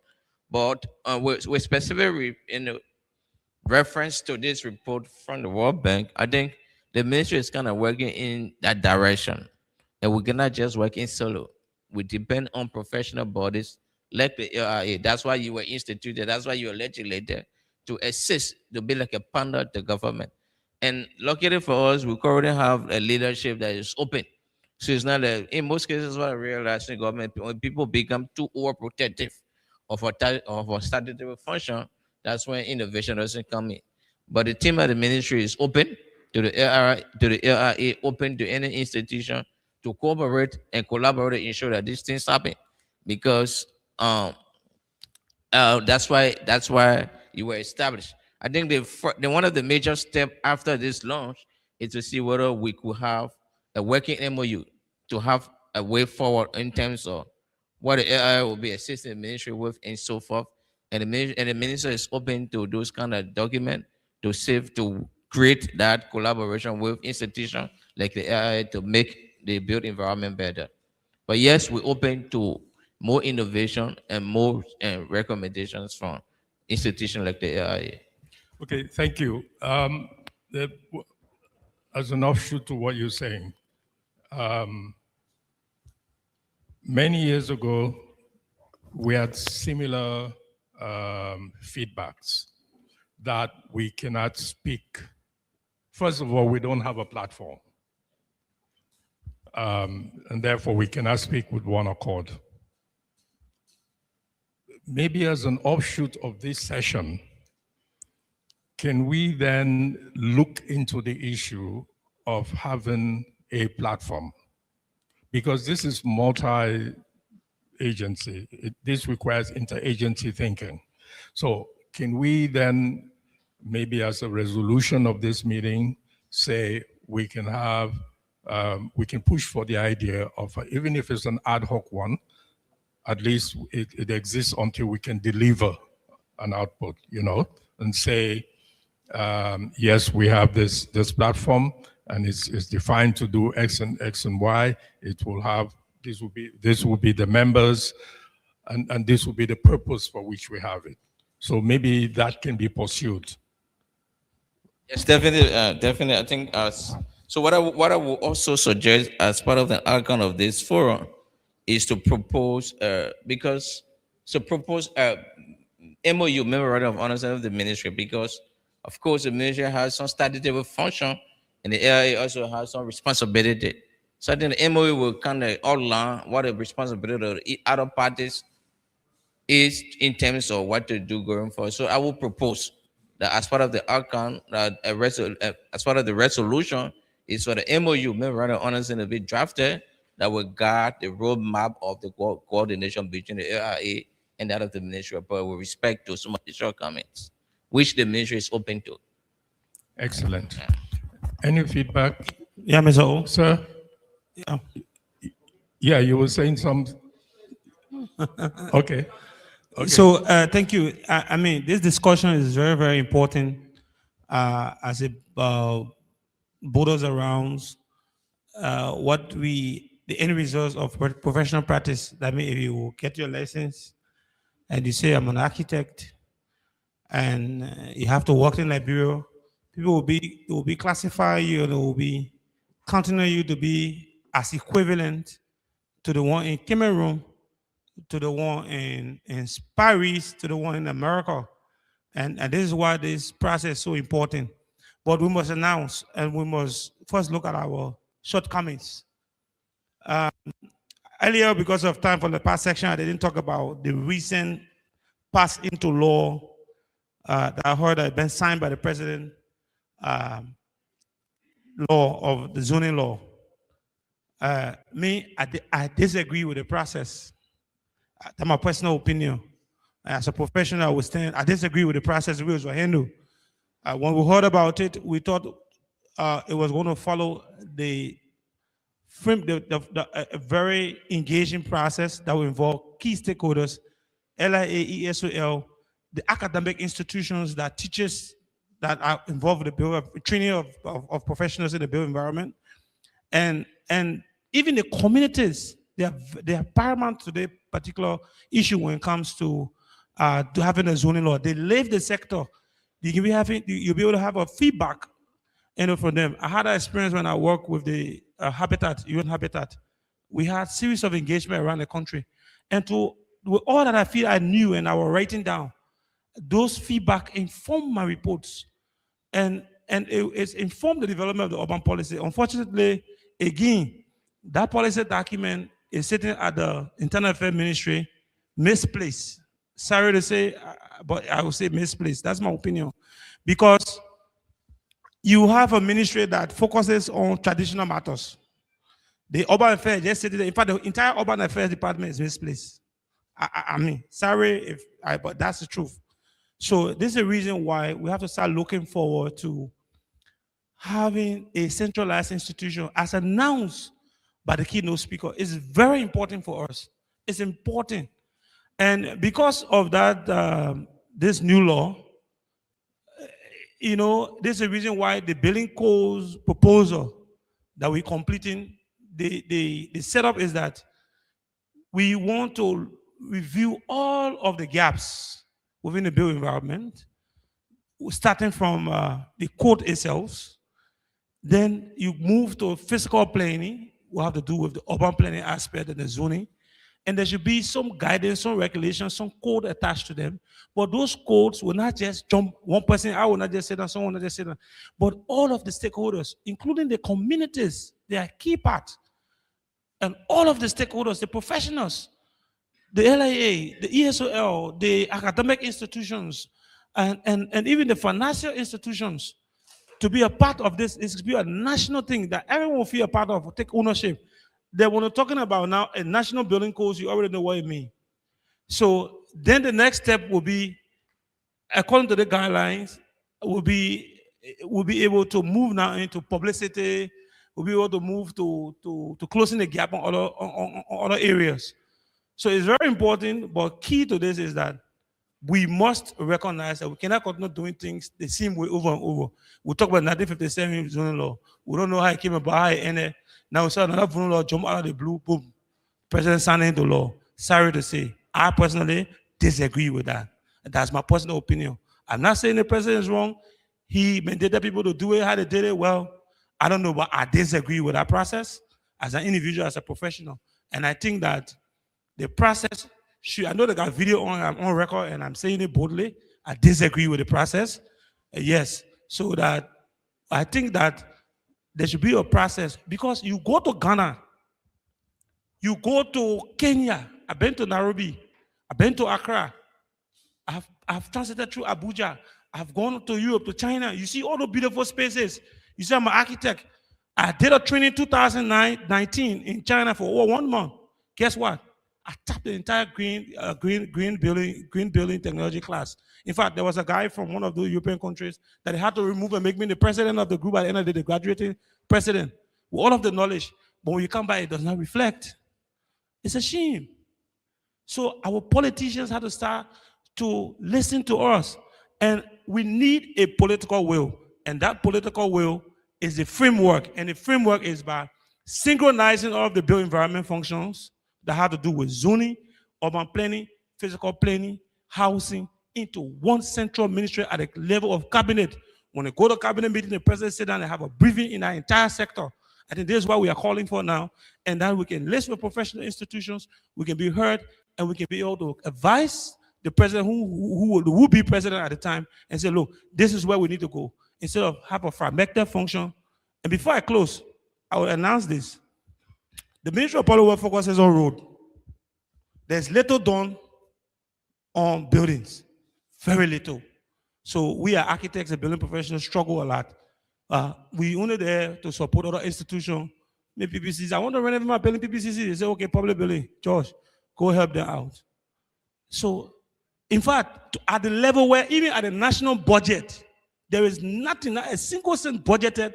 Polo will have the statutory responsibility for vertical construction, buildings, but that a single cent is budgeted for building on public works. Not since I've been there, almost 9 years. This year is 9 years. So we need to start looking at that. So there's a need for that at the national level. I'm calling for the political will. That the political will only be done where people pay attention, where it comes at the level of cabinets. And that is what we are calling for. So other functions, internal affairs, I was there as a consultant. If you know what I found about planning document, in fact, sorry to say, but you find politicians heading urban planning department and no vision. Sorry to say, I've been there for a while. I know most of the leaders that were there, no vision. And I'm unapologetic to say this. I'm saying it boldly, and it needs to change. If you were required that a medical doctor be the head of health ministry or someone with medical background, why about having an urban planning function? You will have a background. Even if the head is a politician, is generally accepted as the will of the president, but the structure, like a public works, if you have the head as a politician, you will have the deputy for technical service being an engineer, no matter what happens. So the technical service guys lead on all things. So they're sort of harmony. But you will not have that function scattered all around where you have a head of a technical department, which I don't know how to say, but I'm not criticizing anybody's function. I'm not criticizing the president's appointment. I'm only calling attention so that we need to move this country forward. And in order to do that, we need to be forward thinking. We need to act as other people are acting. We want to be like America every day. Every day we say like America, but we don't want to do the things the Americans are doing. Follow the American appointees. Follow their style of who has a particular section or bureau or department. That person must be knowledgeable with enough experience and background in that sector to lead. And this is what we are calling for. So I will close on this and say thank you. Thank you. Yes, sir. Honorable Representative, Minister Representative. So I would like to ask, because I believe maybe you have gone through the document of that zoning law or whatever. So my question is as to whether you people are taking into consideration the aspect of variance into that zoning law. Because variance, where people can file in petitions of going asking going against maybe the zoning law, there's a session a session put aside for them who building on certain zone or whatever. Because I see in recent time, our people EPA will be into structure and telling you that this won't be the way and the other ways won't be the way. Serious argument with the issue of popular where EPA are replacing. Mostly it comes from EPA.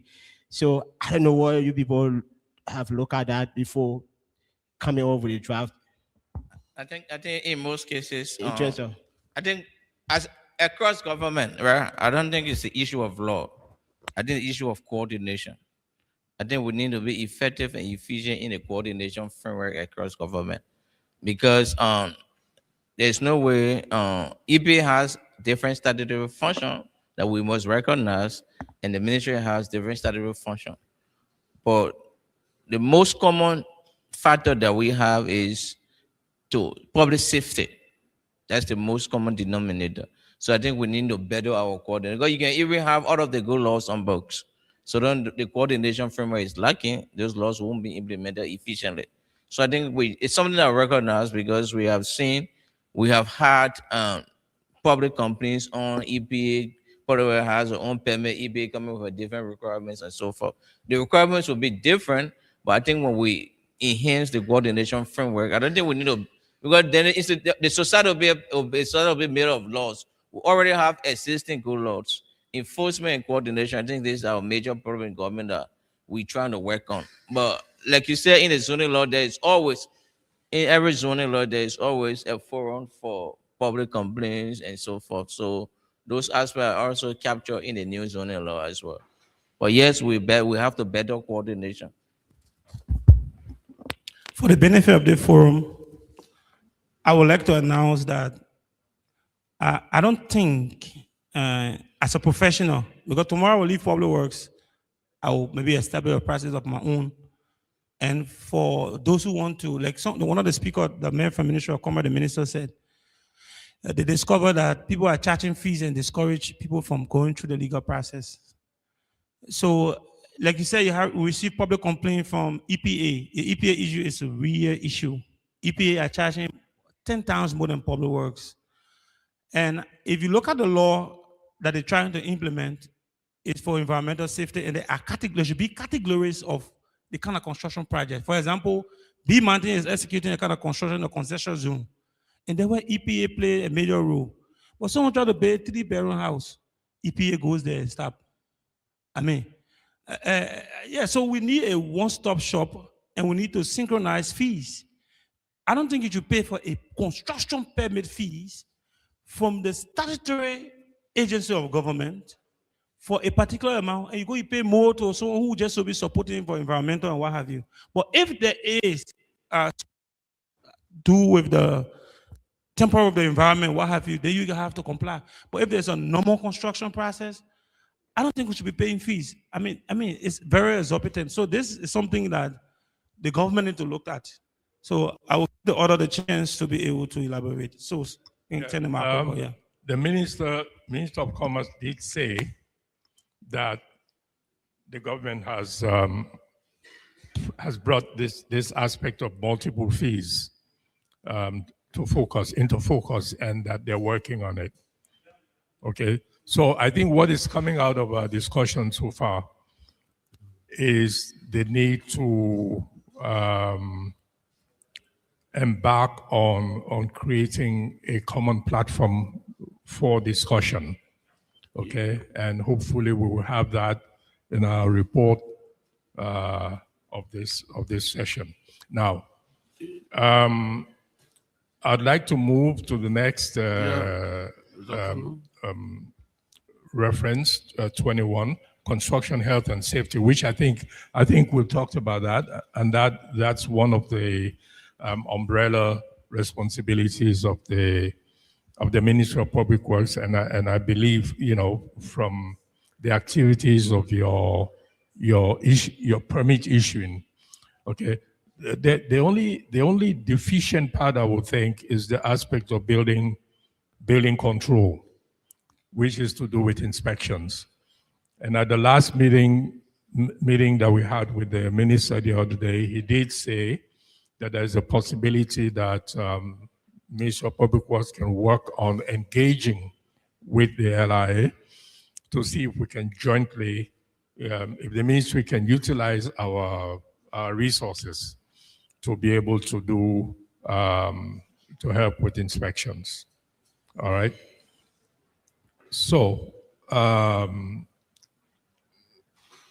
okay, so let's move to the next one, which is develop standards and certification system for construction material products and methods. Now, this is a very important part, and it's to do with, I know these kinds of discussions have been quite prevalent in the past, in the sense that when we talk about housing and housing the poor, the aspect of relevant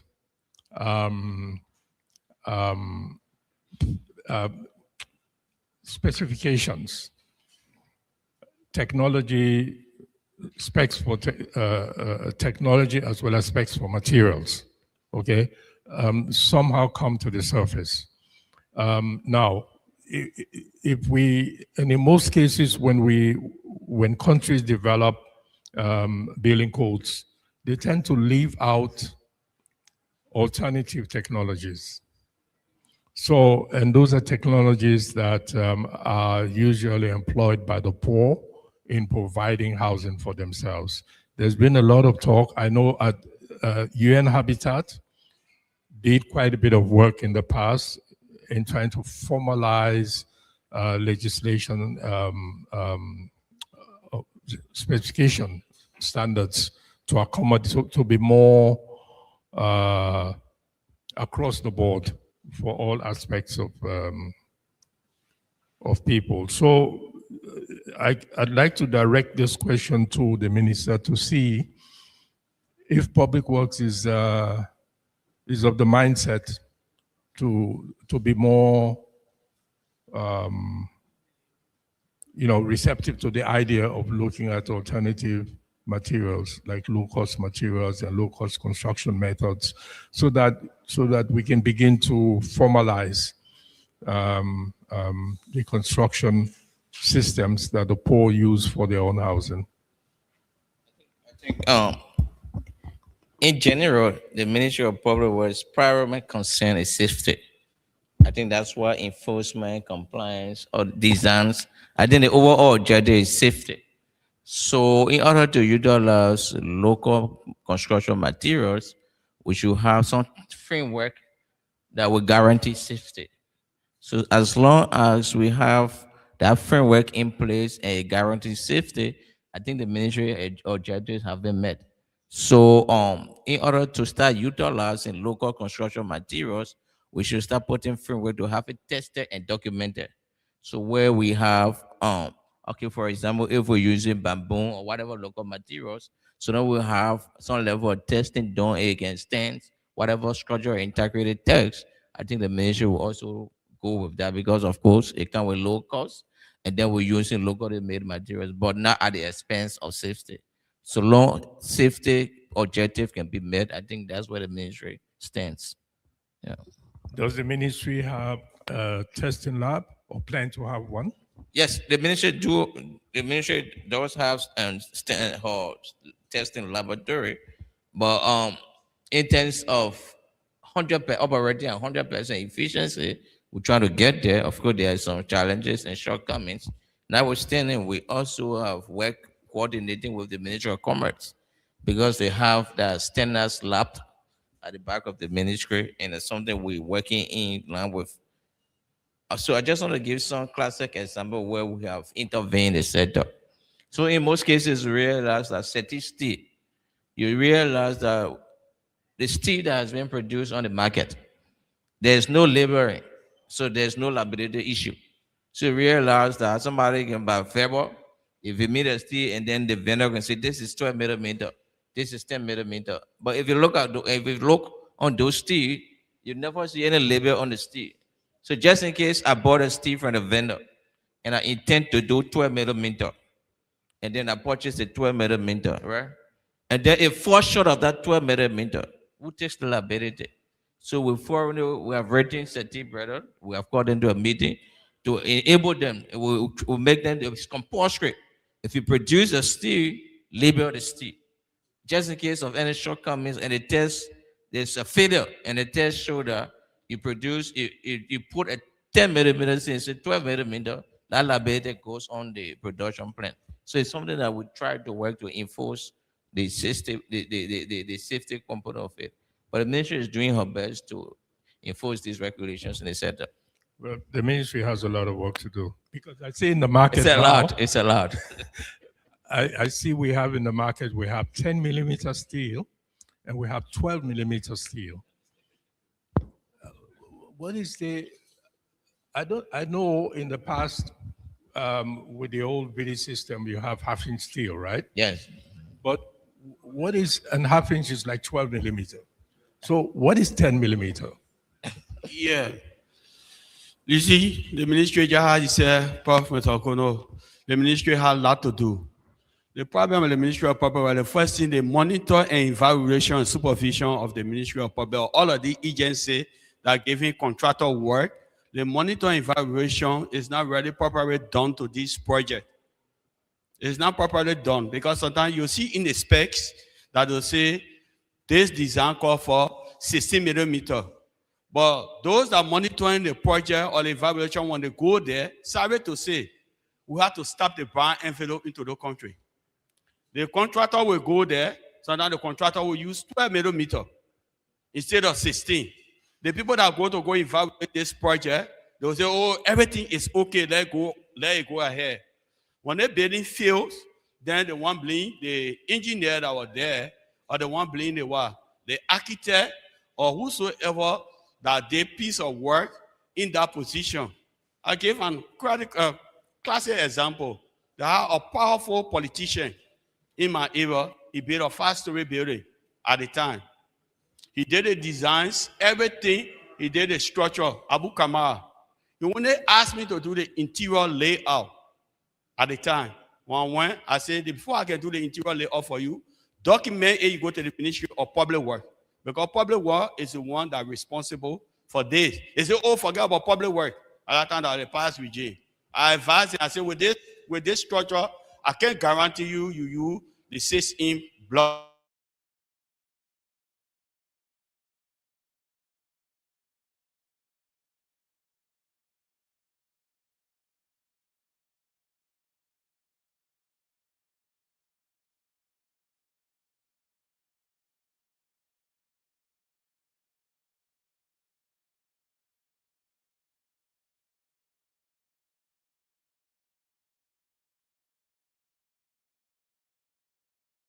Getting sustainable steel or certain getting sustainable material. He wanted to use me now to go liability on a company for $34 million.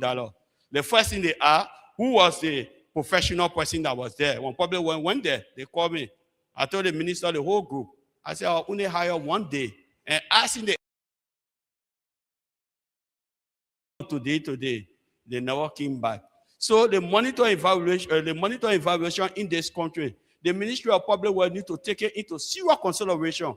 For anybody that building high-rising building, 3 or 4-story or 5-story building above, there should be a proper monitor evaluation from the Ministry of whosoever authority that are responsible.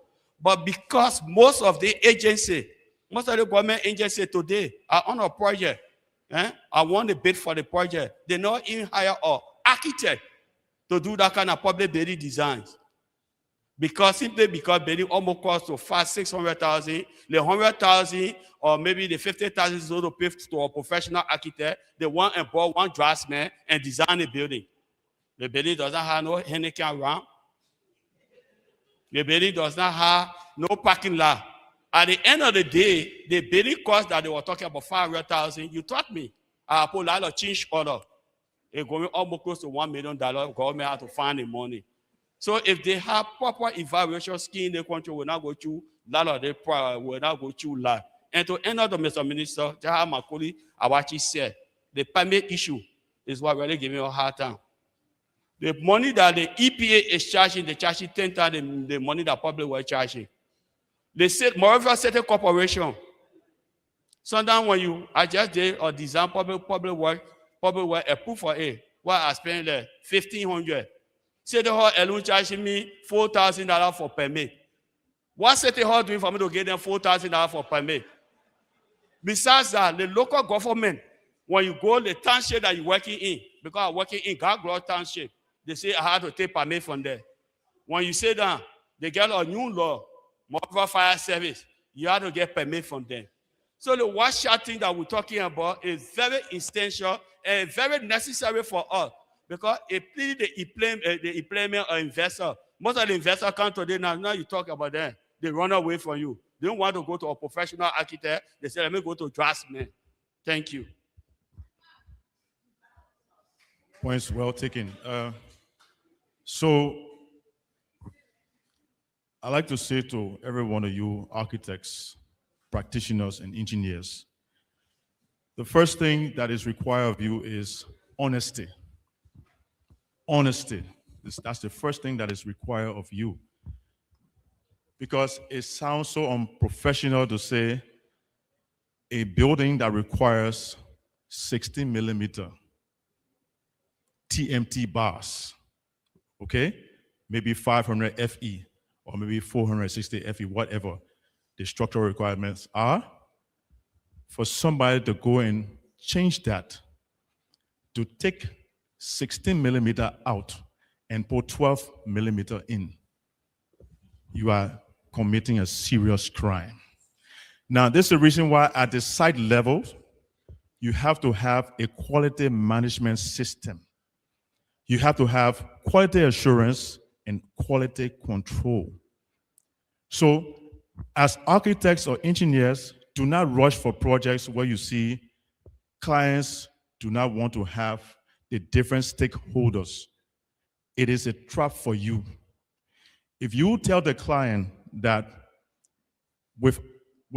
without these parameters, I cannot do the project, tell the client that and walk away, because it's a pitfall for you. Because if you go and compromise and a building collapse, trust me, the law is coming for you. Now, speaking to those issues, we are so sorry that the MOCI is not here. Even, okay, we still have the Ministry of Public Works here, but the ALCC is not also here, right? At least they were going to provide insight, because somebody just asked concerning laboratories. So the first thing, if you were to design a project, right? That project has requirements. First thing you do your ERA. After you've done your ERA, you're going to do your soil testing to know your soil bearing capacity, the bearing capacity of that building, to know whether the soil can withstand the pressure of the building. And it's based on that SPC that designs are done. You're going to pass that information over to the structural engineer to design your footings, your columns, your beams, and your slab. Everything that has to do with RCC. All right? So there is a stipulation that will be given, a structural report, a soil report. Then you have the architectural plans, where architects are planning space, doing space planning, right? Space planning, you see the space here? You see how we laid the entire hall, we got walkway, right? We got walkway for people to commute, right? So it's the same thing. Architects, we have to design the spaces. But if you compromise your integrity, sorrow, the law will come for you. Architect Arachi? Speaking about the steel rods here, and I think the problem is our community. People, the clients, they come, they don't want this professional advice. Well, it's on Commerce Ministry and Ministry of Public Works. You got the testing, the standard lab, they're right in your backyard. I will advise that you please look at them with respect to this steel rod, the rebars. They're using this thing, millimeters, centimeters, with inches. They're confusing our Liberian people because we are accustomed to the American system, the British, okay? So they're using 8 millimeters. So I ask a question. 1 plus 1, how does it change? You bring your tape rule. The lines are there. Why, how will it be different? You tell me 12 millimeter, and I put it on the rule. How will it be different? I got 10 millimeters in place of 12 millimeter. How? Or what are 12 millimeter? We get it from the factory. How? The factory, it can't be from the factory. It's because the pricing, they want to have extra costs, and the society is so porous, it's so gullible, so they're fooling us. But one thing, God can sleep. God gave all of us here something naturally that would, one of my professors in school taught me. He said, God can hide it from you. Your tip of your finger, one tip, one is 1 inch. One is 1 inch. So you won't measure ½ inch. You take the thing and put it there. When you go halfway, that's 12 millimeters. When I started doing that to them in the store, they will come to me after a while. I said, bring a tape rule. They won't want to bring to. I put on my finger. I said, if it's less than half of an inch, it's not ½ inch. It's not ½ inch. If it's farther, so look at it. So how do you measure 12 millimeters, 10 millimeters? Just say 10 millimeters. You give it to the clients. And most of it comes from the clients. They don't want the services. You put it on the paper, 12 millimeters for this. They go in the store, they put 12 millimeters, put it in the car, go. So the problem is Commerce Ministry. Please, y'all gotta talk to them. Yes, I think like you said, because this steel production company, they normally have their certification from the Ministry of Commerce. But then one of the core issue in for me and local liability, right? I think this production company deliberately not labeling steel. If you label the steel, for example, if you label 60 millimeter steel, because most of the public doesn't, from the common eye, they will not know what is 60 millimeter unless it's subjected to some scientific testing. But in my opinion, when steels are labeled, for example, if I went and purchased a 60 millimeter steel, and then I realized that it was actually not 60 millimeter, but it's labeled, the liability goes on the production company. But as it stands, check the steel. The steels are not labeled. You have to use, unless you are technically inclined or you have the experience. So one of the key things that we want to do as an institution is to ensure that these steel production companies start labeling the steel. Because if you label the steel, that means you satisfy in that that's the quality, that's the size and the quality of steel you're producing. And then the steels are tested in the Ministry of Commerce lab. So we're trying to form this coordination with them. I don't know whether they have. It's one thing standard, giving a standardization certificate, but at least you have a representation from the Ministry of Public Works that will kind of review and monitor the process. But we're doing our best. The sector has challenges, like Mr. O'Connor said, we have a lot to do. And that's why some of these MOU and collaboration is important. The ministry might not have the capacity or the manpower to be everywhere. And that's why we will rely on the LRA to do some of these inspections for us and so forth. That's a collaboration we're looking forward to. Okay, ladies and gentlemen, at this phase of this seminar, we'd like to present to you one of our premier sponsor. He has just arrived. He is the representative of Brighton. As you can see over there, you see Brighton. His name is Tayo Hazam, and as per his premium position, we have a slot for him to speak to us. Thank you. Thank you.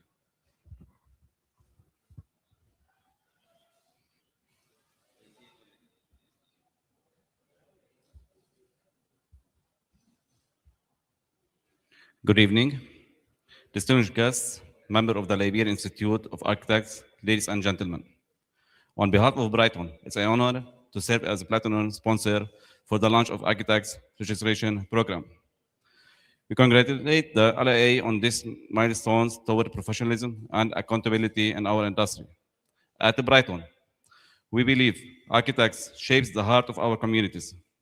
As Liberia's leading paint factory, we are committed to providing the quality finishing and durability that your vision deserves.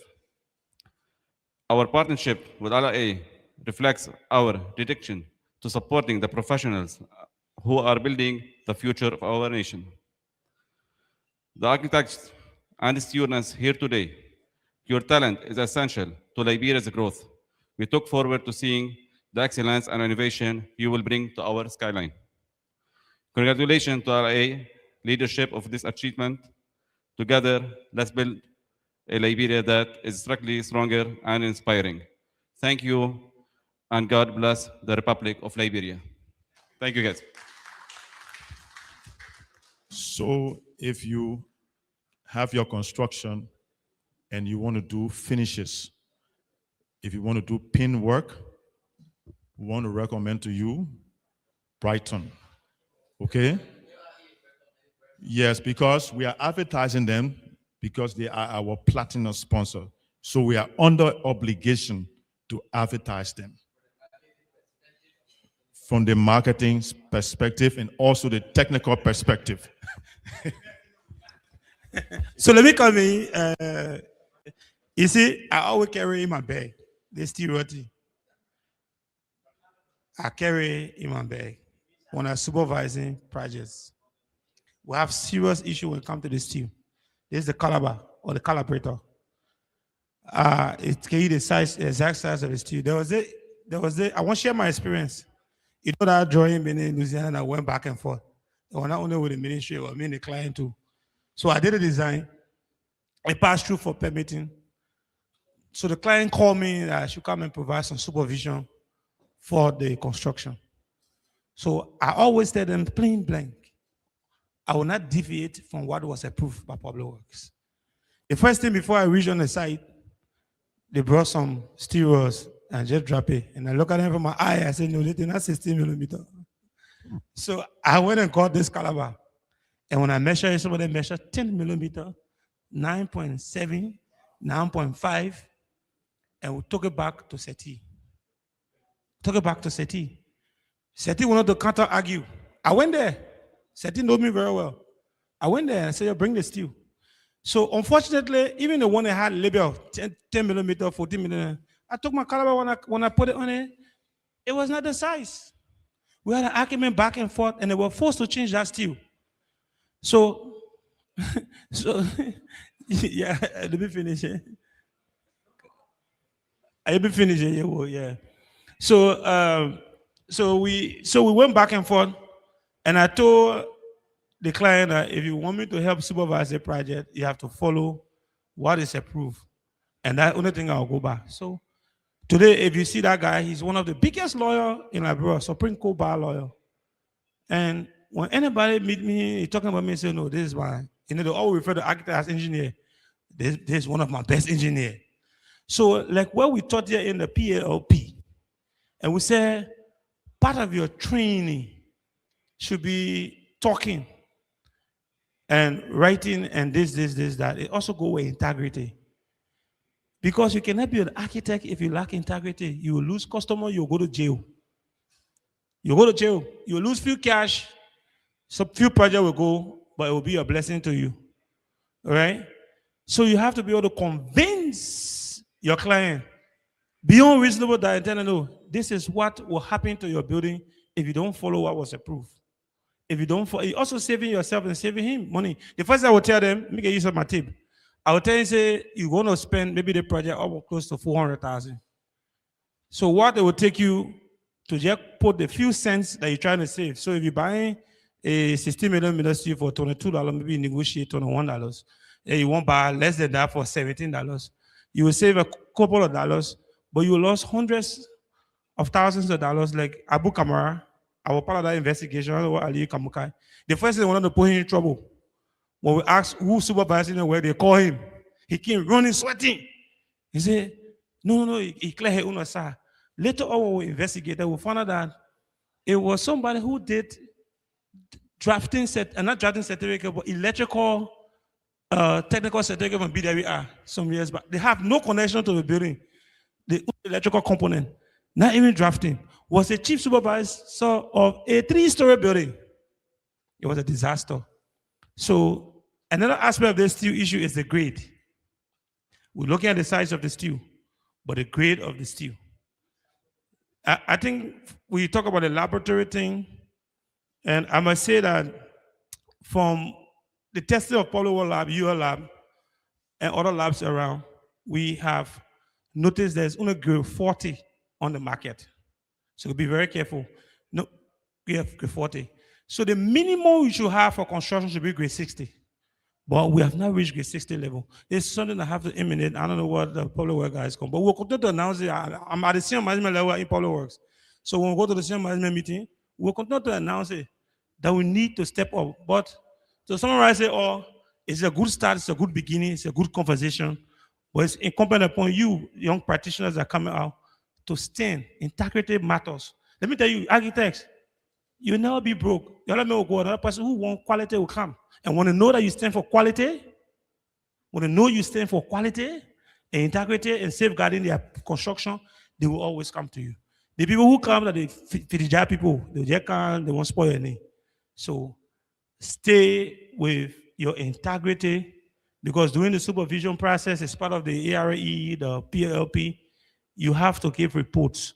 And in fact, on all projects, construction projects, whether road constructions, building construction, you have to give SAT report, your SAT diary. And at the Ministry of Public Works, on projects, they have this process. I think somebody, I know what some of the interns have been, when they put you on a project to supervise, you are the one going to sign, you are going to sign the, what we call intern payment certificate, the first signature are you. So doing that intern the payment certificate that what the minister will base on. So if anything happened there, contrary to what you say, you're in trouble. So thank you.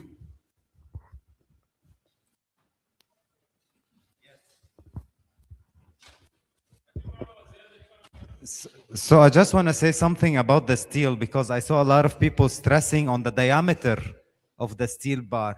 Another aspect you should be taking into consideration is the weight of the steel. So sometimes you can check with the caliber the diameter of the steel and it will be okay. But also you need to check the weight of the steel. One thing also I want to stress on, I don't know why in this country steel is being sold by piece. While all around the world, steel is being sold by weight. Even in some cases, the weight of steel being sold in 8 mm, for example, will be much higher than the weight of steel being sold in 16 mm. So we should look seriously about the weight of steel and not only the diameter. Because in a lot of cases, recycled materials is being used to produce the steel. And SETI Brother is one of the factories that has the capability to melt steel down and produce the steel rebars. Okay, thank you very much. I just wanted to stress on that. So the bottom line here to safeguard yourself is to do testing. Before you start any project, you must do testing. Apart from the steel, even the concrete has grade. If you are a practitioner, you know what I'm talking about. And if you are in school, have you reached a certain level, reinforced concrete, you should know that the concrete has grade. They have grades of concrete, just how they have grades of steel. All right? Now, talking about SETI Brother steel, I saw a steel that came from SETI Brother, and it has written on it 500 FE. Now, he was talking about KSI, 40 KSI. That's the American reading. But the British side, we say 460 FE, we say 500 FE, we say 250 FE. So SETI is telling us that that 500 FE is 75 KSI. He said 40. They're telling us that it's 75 KSI. So these things have to be investigated. The Ministry of Commerce will have to do a lot to this because we are talking about safety. We're talking about safety. We're talking about building safety. All right? So, Mr. O, can you continue? Yeah. You know, it's interesting the feedback that we're getting from this session. For the new stakeholders listening to these discussions, we have to be advocates. So when we come and we join the MOU, we become members of the LAI, And as we progress through our certification process and become professionals, these are some of the industry-related matters that impact our ability to be exact in the work that we do. So we have to be advocates. Now, from what we're hearing from the Ministry of Public Works representative, it's good that they sound receptive, but we have to push, we have to advocate. So hopefully we're going to sign a memorandum of understanding, and as we continue to engage with them, then they will, hopefully we will get them to act. Now, the Ministry of Public Works is co-chairperson of the Architects Registration Board. That gives us, places us in a powerful position to be able to integrate with them to get the results of what we're advocating for. So I think we need to take advantage of this opportunity, and then safe in the knowledge that we know that they are ready to act and that we have incorporated them as part of the institution that through which we will push forth all of these complaints, response to these complaints that we're getting. Josh, what's your opinion on this?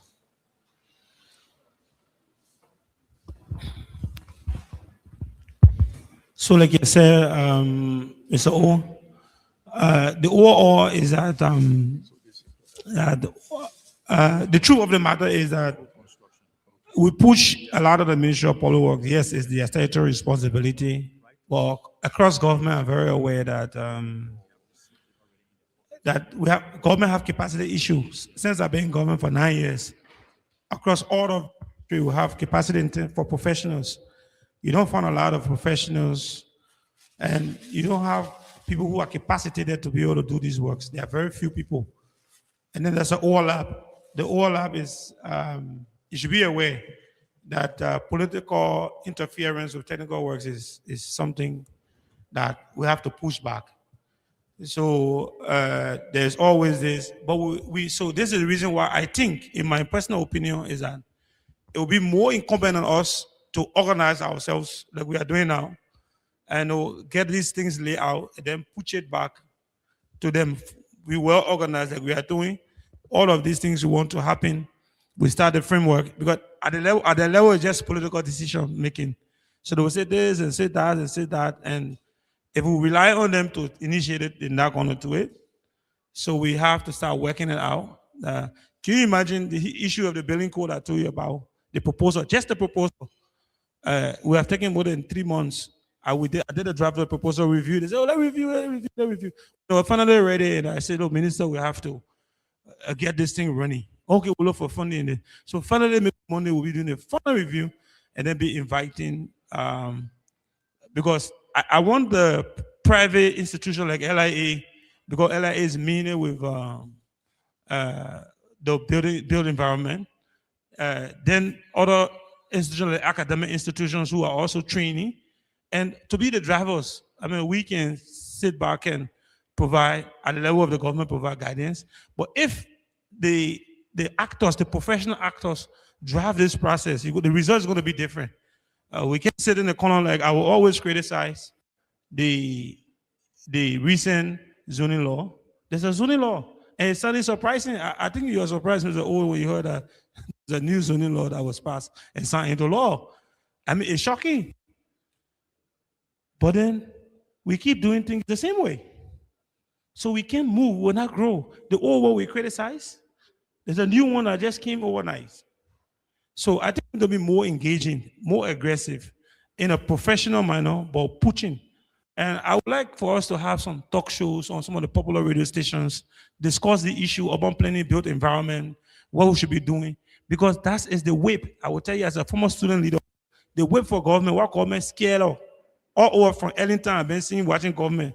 And even Taylor Town, when we talk to them, they say, no, talk to them, that to use the radio, to use the platform where everybody listening. So we'll start to use that platform to be a good platform, a good tool to have this talk show, have the discussion. The government will pick it up from there. I can tell you, as a former student leader, most of the discussion we had, Madam said, pick it up. And this was the reason why when I graduated, she was on a trip to Morocco. She held my hand, "Mama, you finished graduating." I didn't know the person LeBron knew that I have graduated. So she followed me closely, and when I was finished, she saw my work. She took a copy of my thesis and said, "Get on the plane with me, let's go." I said, "Madam, I'm behind you, I beg you." And she wrote a personal letter saying, "With all your sharp mouth, but at least you guys have done better." So she did some recommendations. So we are saying, Mr. Okono, I think, yes, we want the government institutions to act, but we as professionals, our incoming professionals, should be the one ready to take on the responsibility to drive this process, and these changes that we want. Thank you.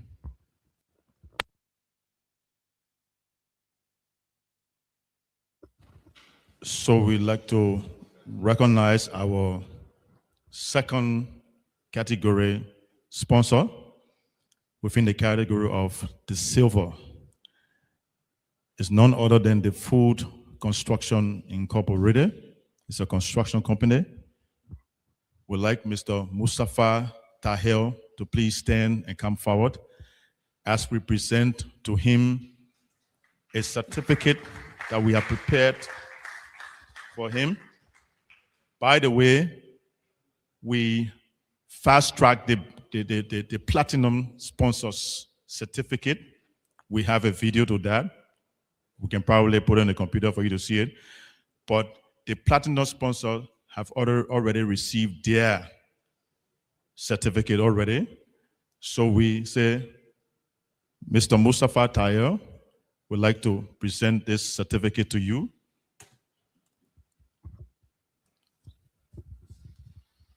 As a token of appreciation and also the essence of partnership with us and sponsoring our program. We say thank you very much.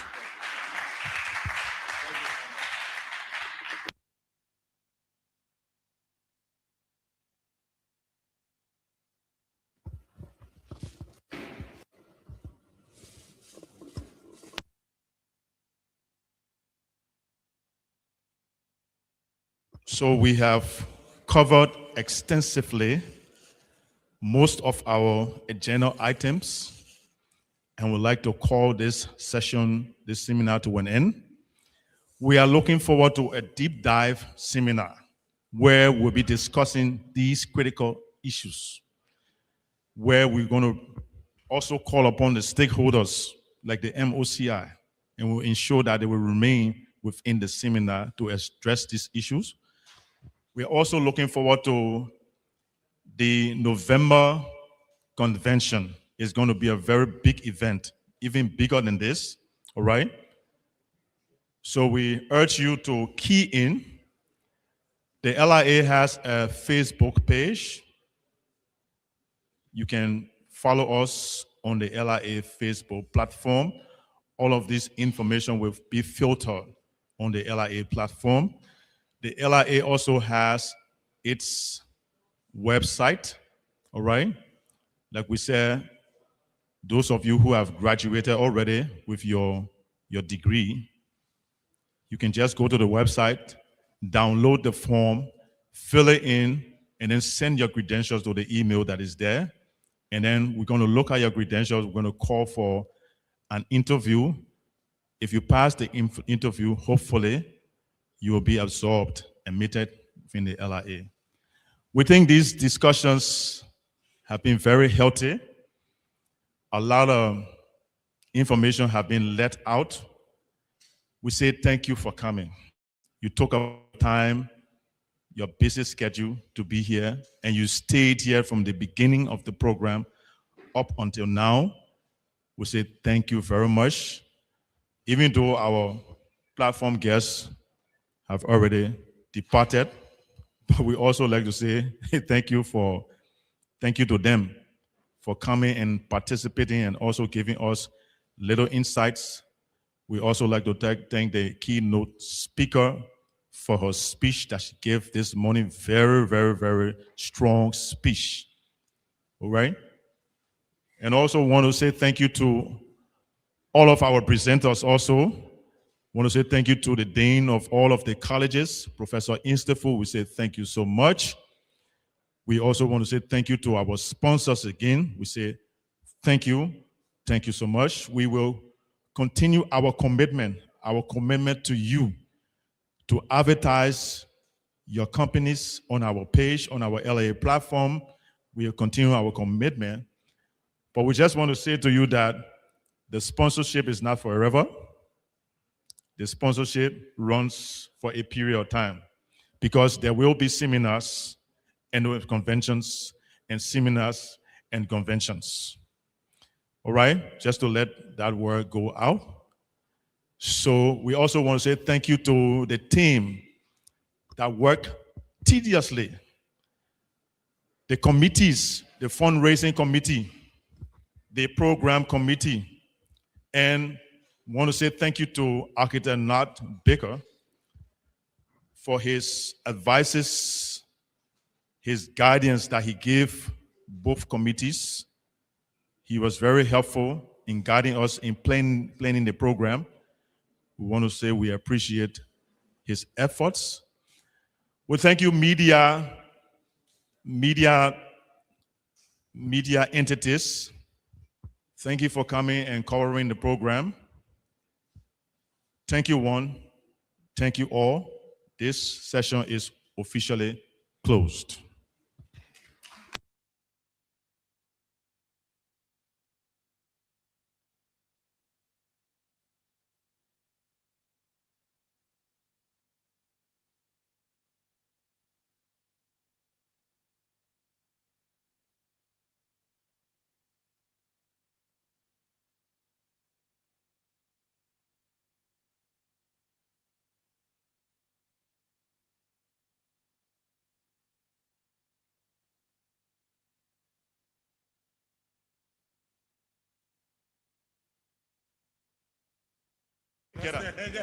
So the LRA Facebook platform,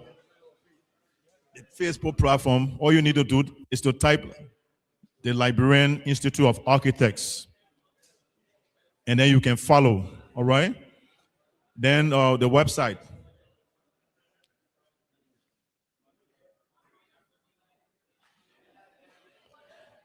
So the website, you just need to type www.liberianinstituteofarchitects.org. www.liberianinstituteofarchitects.org. It will navigate you straight to the LIA page on the World Wide Web. Thank you.